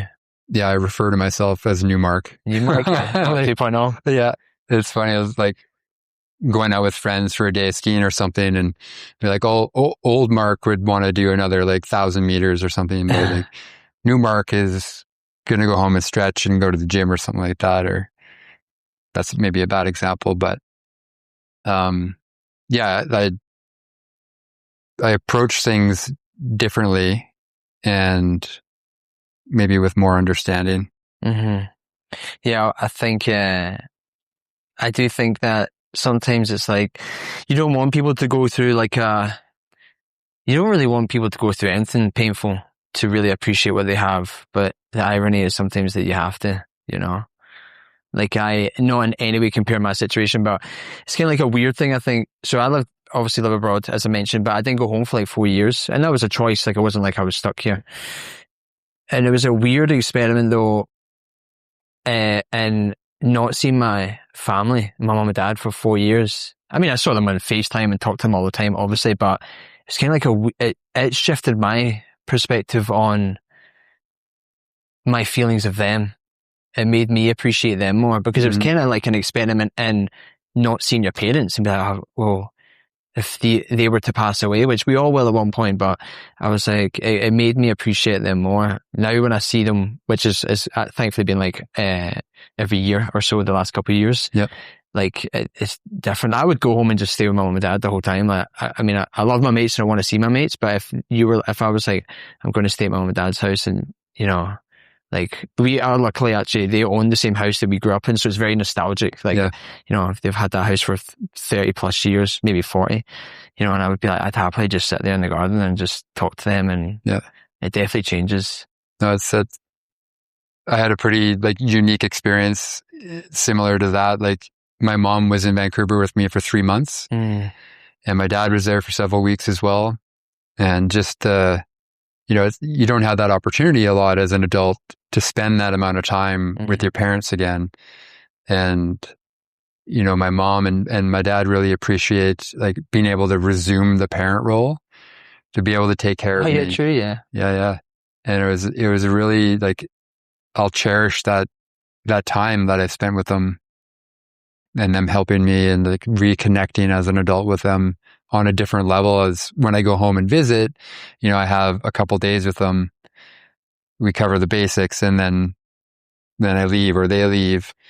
But I was really able to connect again, and they got a really good insight to my perspective and my life in the mountains and why I do things. And I had a lot of like friends or family friends, extended friends, that question why I would paraglide again and like go back to doing something that almost killed me and took my limb. And they never questioned it. Like my parents never questioned it. They're like, we want you to fly again. Like you love that so much, this activity. They've always supported me with anything that I've done. Even when I dropped out of university, they're like, cool. Well, I would say that's unique. My mum and dad, I didn't go to university, but if I dropped out, they would have been like, you're not dropping out. Yeah, get back there. Yeah, get back Finish there. it. It all worked out. It was pretty special. Yeah, I think it's a silver lining of like when, in a probably normal life, like at our age, when would you have the time to go back and not only spend time with your mum and dad for 3 months, but kind of go back to like the kind of child parent role again? Like, yeah, I kind of laugh because my mum, I think I now appreciate it older. So I got 2 older sisters, like I think Alice, so 36, 34, they've both got 2 young babies. And now when I see how they act with their kids, it now makes me understand my mum perhaps a little bit better, because my mum, I'm 32, soon to be 33, and she would treat me like I'm a kid, but not in like what's the word I'm looking for? Demeaning way, in a like lovey way. She's like, oh, come like sit in my knee. Like, I'm fucking 32 years old, like I can't sit in your knee. But, I could see that if I ever went home and needed it, like you would just go straight back to that kind of relationship. Yeah. It must be really nice to also, as you say, like, I mean, I guess when you move out and you live and you grow up and, I'm way different than I used to be when I lived with my mum and dad, but like, I don't even know, but like 12, 15 years ago, maybe even longer than that. Like, I would assume it'd be nice for them to get to know you better again as you've changed and got older. Yeah, no, I think they really appreciated it. Like I went back to Golden for Christmas. My mom went back to Saskatchewan for Christmas, and she wanted to come back to Vancouver with me in January to continue helping me and, taking care of me and everything, which was very, very nice. And I needed it for those months because I was so dependent. I couldn't do anything. But at that point of going back to Vancouver to finish off my recovery, like I needed and wanted to do it for myself. Like it was going to be difficult, but I needed that for myself to move away from the dependency and do it on my own, even though it was going to be hard. I just had to do it. And I don't know, she wanted to come. I think it hurt her a little bit that I didn't want her coming back. And I would have loved to have her there to help me, but I needed to do that for myself. And are you quite close to your family? Obviously, it sounds like it. Yeah, I talk to them. I probably should talk to them more than I do, but I'll either go home for a bit in the summer. Like I go home once a year and they'll come visit in the summertime. And we're chatting on the phone and texting and stuff. But I feel like I could do a better job. I'm the same. I'm constant. I actually feel like I personally feel like I talk to my family all the time, right? And they will constantly message me being like, what are you up to? What's wrong? Like, what's happened? It's like, I was literally talking to you 2 days ago. I don't have that much, like... I got nothing else to tell you. Yeah, I'm like still in the job, still, got a new car, like trying to think of unique things. But, and obviously, like the stuff that you've gone on to do after all of this, like you've gone to ultras, you've done triathlons, but you've not just got into them, you've also like podiumed on them. Yeah. Like that's that's amazing. Yeah. I had no idea that it was actually possible. I was doing the thing because I could ride my bike, I could swim, and I could run short distances. And I was like, I might as well just do it. And I guess going back to friends supporting me, I had a friend that was doing Ironmans and triathlons and marathons, and said, you should just do this. Like, why not? Just whatever, and just have it as a fun day out. And I was like, okay, yeah, sure. It was the first time that I did a open water swim. Was that first triathlon that I did, and unbeknownst to me, like, I led in my age group the whole race until the very end, where this one guy just ran past me. Yeah. And he actually got first by like a second and a half. And I got second. But I was the first amputee in like the 60-year history of this triathlon to compete in the event. They've never had an amputee before. Yeah. So to clarify, you weren't just podium in like amputee specific events. It was just like regular. Yeah. Triathlon. Regular able-bodied. Yeah. Event. Yeah. So I was... See, when the guy that beat you, were you like, come on, mate. What are you doing? I was tempted to like finish off the race series and like win it. Yeah. To win the race series, but that would mean me traveling out to the coast, and I didn't want to commit that much time to it. But I think I could have. If I did that well in the first race, just getting back into running and biking and all that, I probably could have done pretty well and placed in the top 3. And then same with the swimming race. Like I carried on swimming once I got back to Golden in the pool, and then would swim on the lake. And at the race, I like crutched into the water, handed off my crutches to a volunteer, and like hung out of the back of the group before we all started. And there's probably, I don't know, I'll say 150 people all getting ready to swim. And whistle gets blown, everyone takes off. And I noticed like I'm just swimming along and I'm passing people, then I pass a lot of people, and I pass a big group of people, and I'm like, oh, I guess I'm swimming pretty good. Like, this is great. And like halfway through, I'm catching up to more people in the front, and I was like, I guess I'm going to put a little bit more effort into this, because I guess I'm doing pretty well. And got to the end, someone had to like run into the water to give me the crutches, the crutch out, and like I was told later, like there was a local newspaper that wrote an article about me. Wow. That apparently like I received the biggest cheer coming out of the water and like crutching over the finish line from the crowd. And again, I podium placed second in my age category, against regular able-bodied folk. And I don't wear anything on my stump. It's just, I don't even kick with it at all. I just kick with my good foot every like second or fourth stroke. And it's just front crawl the whole way. Yeah, because I was going to ask, I mean, firstly, it kind of sucks that you have to, in a swimming race, you have to crutch out of the water to like, surely it's I mean, I actually did a lot of swimming last year. I was trying to do a big, long outdoor swimming, open water swimming race. But anyway, it does kind of suck though that like it's a swimming race. Surely the finish line should be in the water. Yeah. Do you know what I mean? Like, it doesn't make sense that you're doing a swimming race and then the beginning and the end of it is you. Yeah. Running. Anyway, but that's not what I was going to say. It was like with regards to the swimming, so does your leg that has your right foot, sorry, do you time that with your arm stroke? So you must have a really good arm stroke then, obviously. Yeah, like I guess I trained it all through the winter. As soon as I could get back in the pool, as soon as my stump healed enough, I was in the water. And like I never swam distance before, but I swam as a kid and my entire adult I love the water, but I never trained that way. And it was the first activity that I was able to do to be able to like move my body again. And really low impact as well. Yeah, exactly. Yeah, it's like a recovery activity essentially. Yeah. You could do it every day and it's not going to like wear you down. And yeah, I just trained that all summer and kept at it and would run. I'd like swim at the pool in the morning and then go for a 10K run and then go paraglide for the afternoon and then maybe paraglide in the evening or stretch or go to the gym. It was just every day was like training nonstop. That sounds awesome. Yeah, it was great. And then with the running, so you were saying, if I'm correct in remembering it, you said that you don't have like any pain like when you're running, like no, like that's mad because I would have kind of no, not anymore. Like I did at first, it was pretty uncomfortable. The end of the stump was sensitive, and when I first got back to Golden, like just walking down a simple slope would if I'm walking down and putting pressure on my heel, that would put pressure on the front of my stump, and it's just like it's bone right into skin. There's not a lot of skin there. And so that was pretty uncomfortable. At first, I wasn't sure if I was going to be able to like even just walk down a trail easy enough.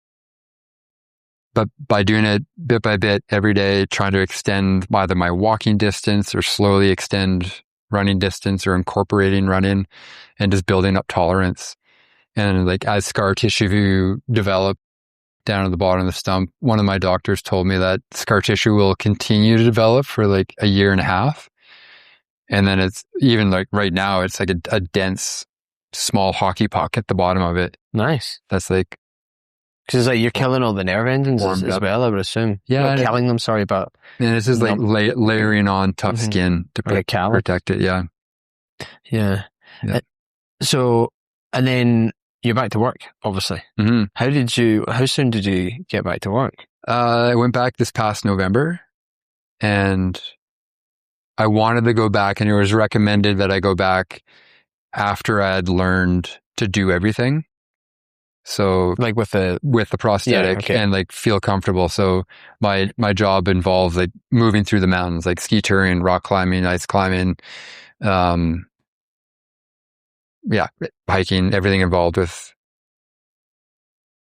doing rescues in the mountains. So I didn't want to be at work trying to figure out how to fit my foot into a ski boot and walk 10 kilometers with it, or how to rock climb at a specific grade or whatever, just navigating through simple alpine terrain, 4th class terrain, 5th class terrain. So I took the summer and gave that time period just to like train every day and get strong. Because if I went back, say in the last spring, I would have just been sitting in the office and, in my mind, like wasting the day in the office where I could have been training and working towards, the end goal of coming back strong. So I ended up taking 14 months off work. And it was funny, like working with the insurance company, like the disability insurance, looking at my case, they're like, I'm telling them that I'm ready to go back to work after 14 months. And they're like, no, like, you're doing great. If you want to go back in like January or like March, like take that time, which I found that like really counterintuitive. I thought they were going to be like pressuring me to go back to work. Mm-hmm. And even my employer, like Parks Canada, my manager was like, take the time that you need. There's no rush. Your job is here for you when you're ready to return in whatever capacity that may be.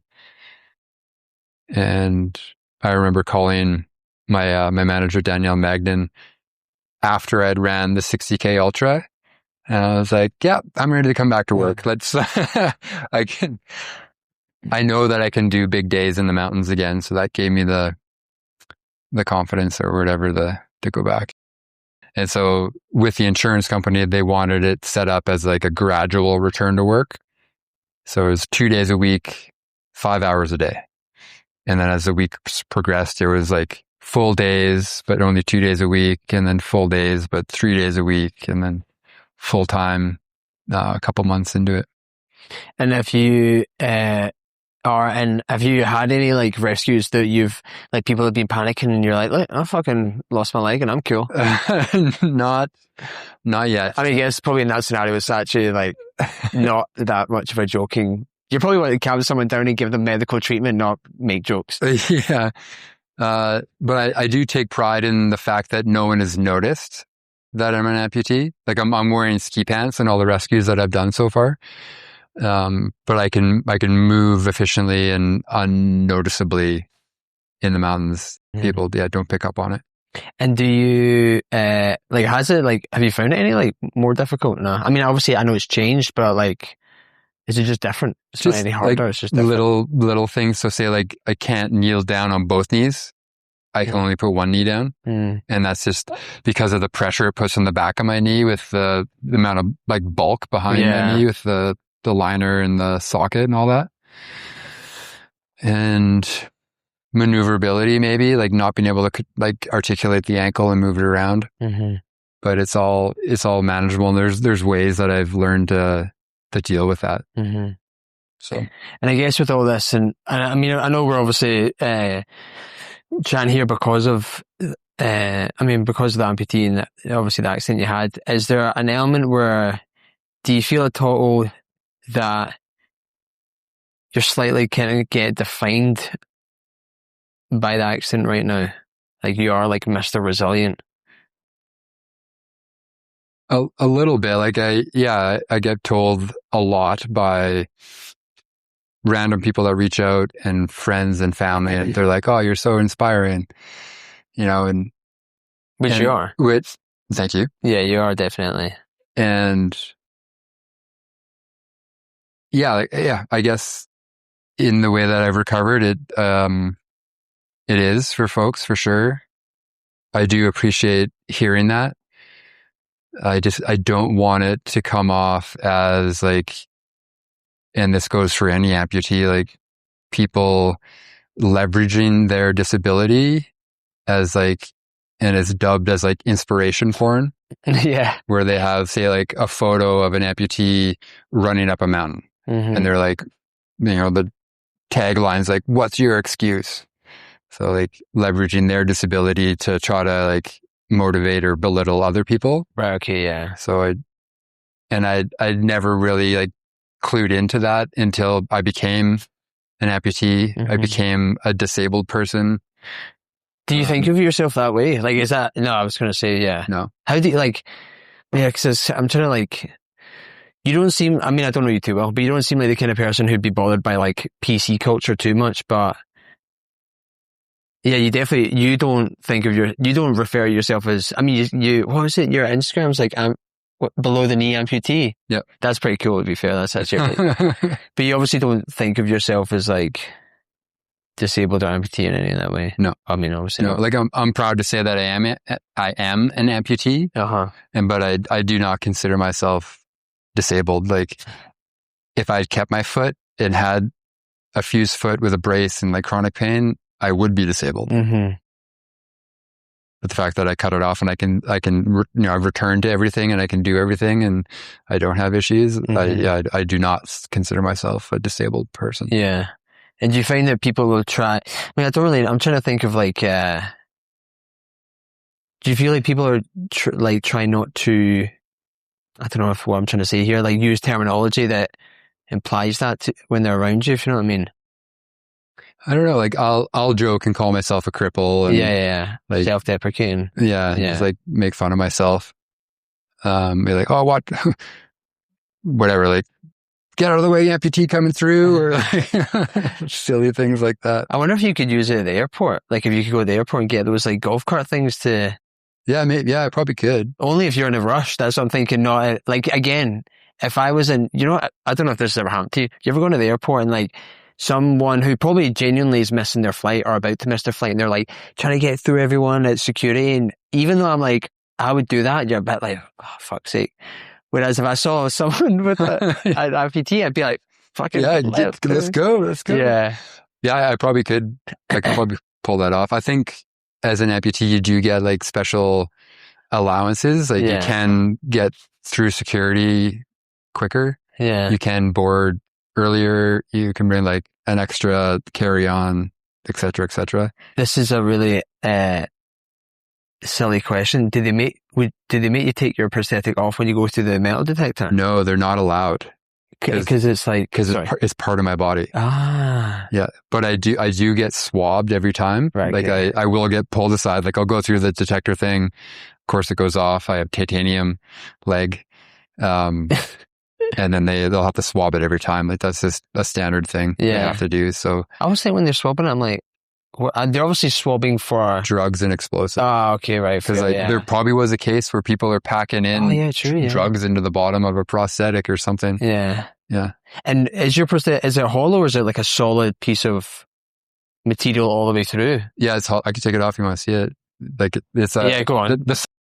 The socket's hollow and my limb goes all the way down to there. Yeah. And so I just pushed a button that releases, there's a pin lock, which I'll show you, the pin in this area here. And then you'll hear a bunch of air hissing. And that's a one-way air valve that creates a vacuum in the socket to prevent it coming off. Let's see air. Oh, wow. Pushed out. Oh, right. Sweet. Yeah. Let's see.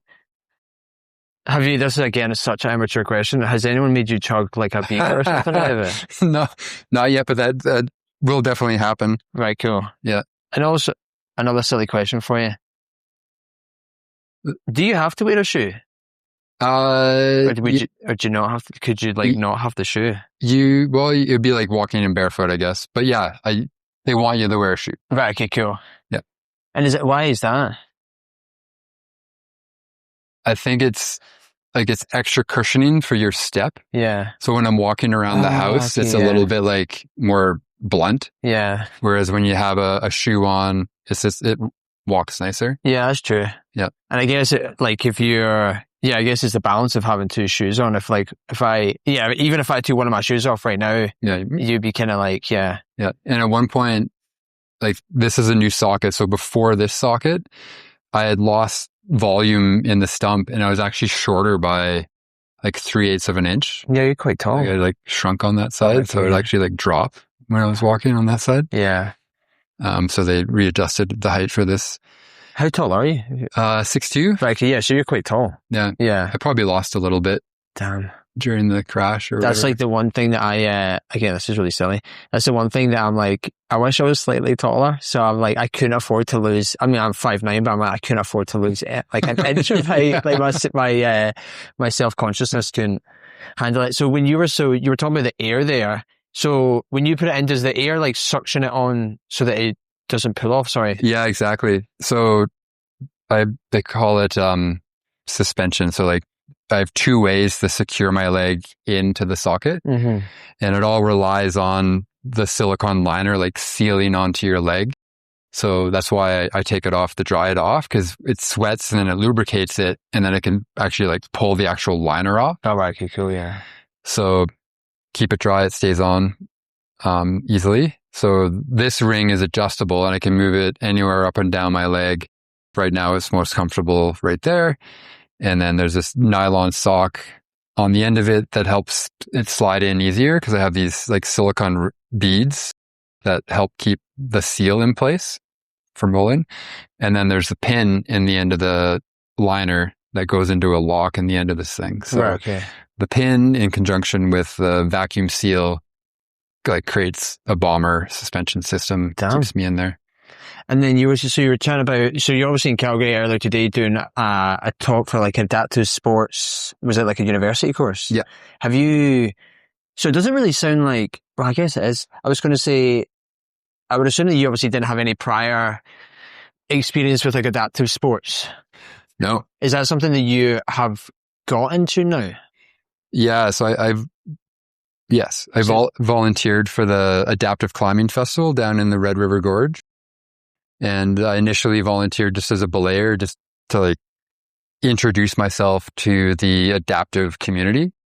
And they bring in, I think, about 150 adaptive athletes and then 350 people total as like support staff and volunteers and everything to run this camp for 4 days.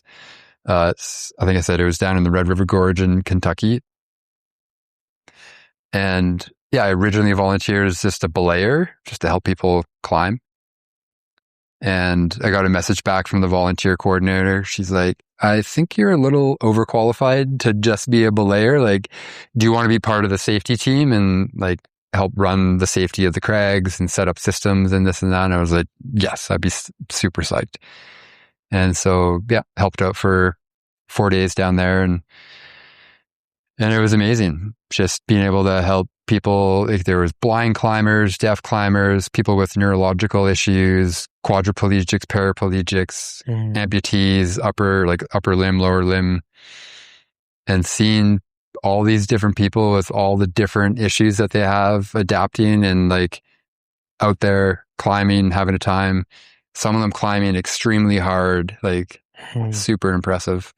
And I would imagine that also the impact that you have on, and I'll just use the term able-bodied people, you must also then, when you go to these camps, I would assume that you also get that same impact from them. Because, you know, like, I mean, it sounds like, I mean, obviously you've got the amputated leg, but it doesn't really sound like it's in any way hindered you, like really with regards to what you want to do. You can still paraglide, work, etc. You know, and I would assume that there are people, I guess what I'm getting at here is when you go these things, you yourself see that there's people worse off than you, and it probably gives you that sense of like, wow, if this blind guy's climbing or whatever it may be. Yeah. I mean, I've only lost my leg. Yeah. No, it's like, this is probably the best amputation possible.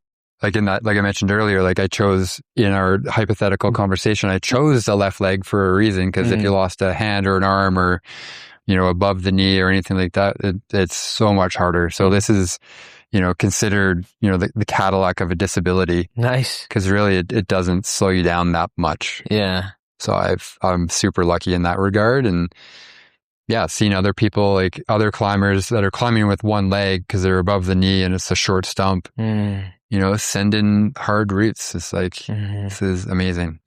Yeah, I think I would say that there's one group of people that my heart like honestly bleeds anytime I see them. And it's when I see young people like us who have like a severe disability. And I don't mean like they've lost a leg or whatever, but like they have been born with like a disability that doesn't allow them to communicate and they're in a wheelchair and stuff like that. And I'm just like, honestly, anytime I see people like that, honestly, it's the closest I could get to crying randomly. Cause I'm just like, it's so unfair, you know?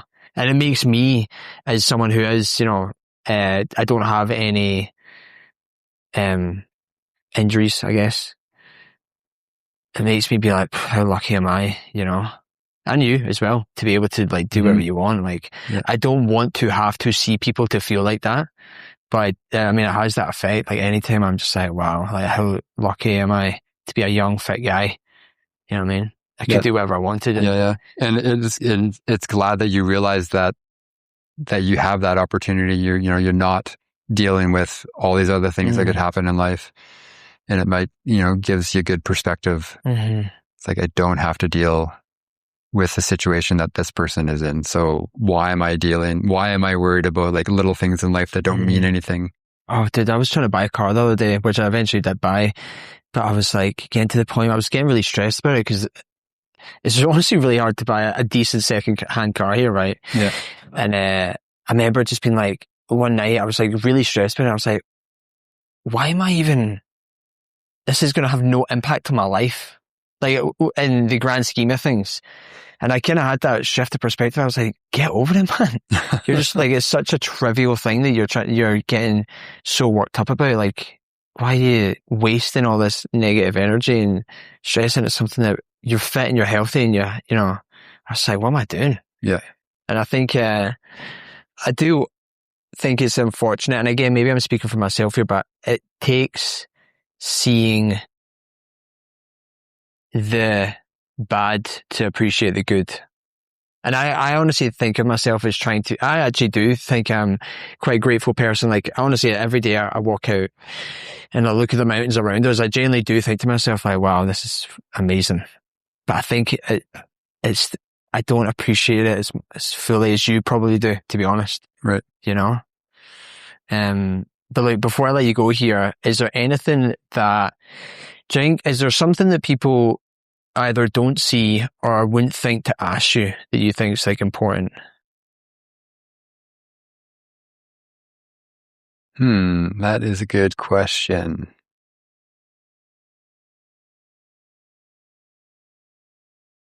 Nothing's really jumping to mind. There's got to be something. You'll be driving home and you'll be like, yeah, probably I'll text you later. Yeah, put it in. Yeah, copy my voice. Yeah, AI audio.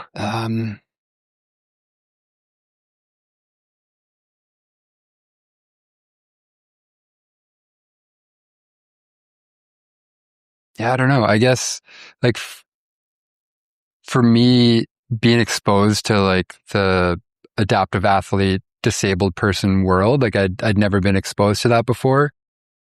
And I feel like I still have like an immense amount to learn working with that community. Like I feel like I probably offended adaptive climbers at the festival just because like I'm an adaptive climber myself, but I haven't lived in that environment before.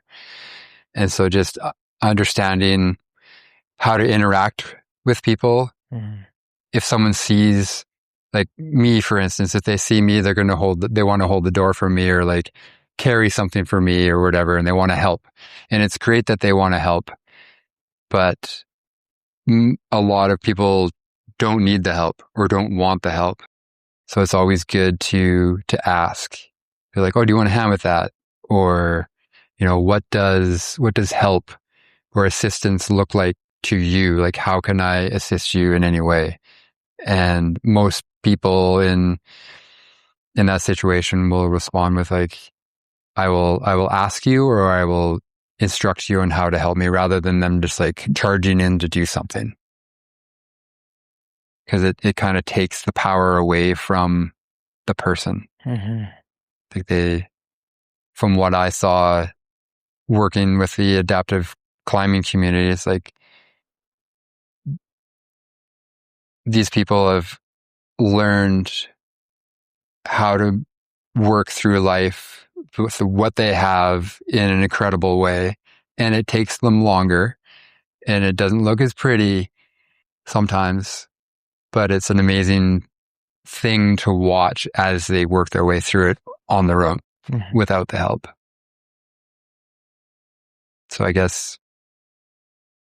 just have patience and understanding and ask before doing, I guess. Because people don't want to lose that sense of control. They want to feel like they're still in control of their life. Yeah. Yeah. Well, Mark, honestly, I sincerely can't thank you enough I know you're already in Calgary and you've driven out here and you're chatting to me, but yeah, I know you've probably heard this a lot, but you really are inspirational. And I know it's probably a buzzword for you right now, but you're kind of like a hybrid as well. Because like, as much as you obviously are an amputee, like you're probably like the least amputee that you could be. Right. You know, you're definitely like the hybrid of the two. Yeah. And I think someone like yourself who's able to probably get a perspective of both worlds then, you know what I mean?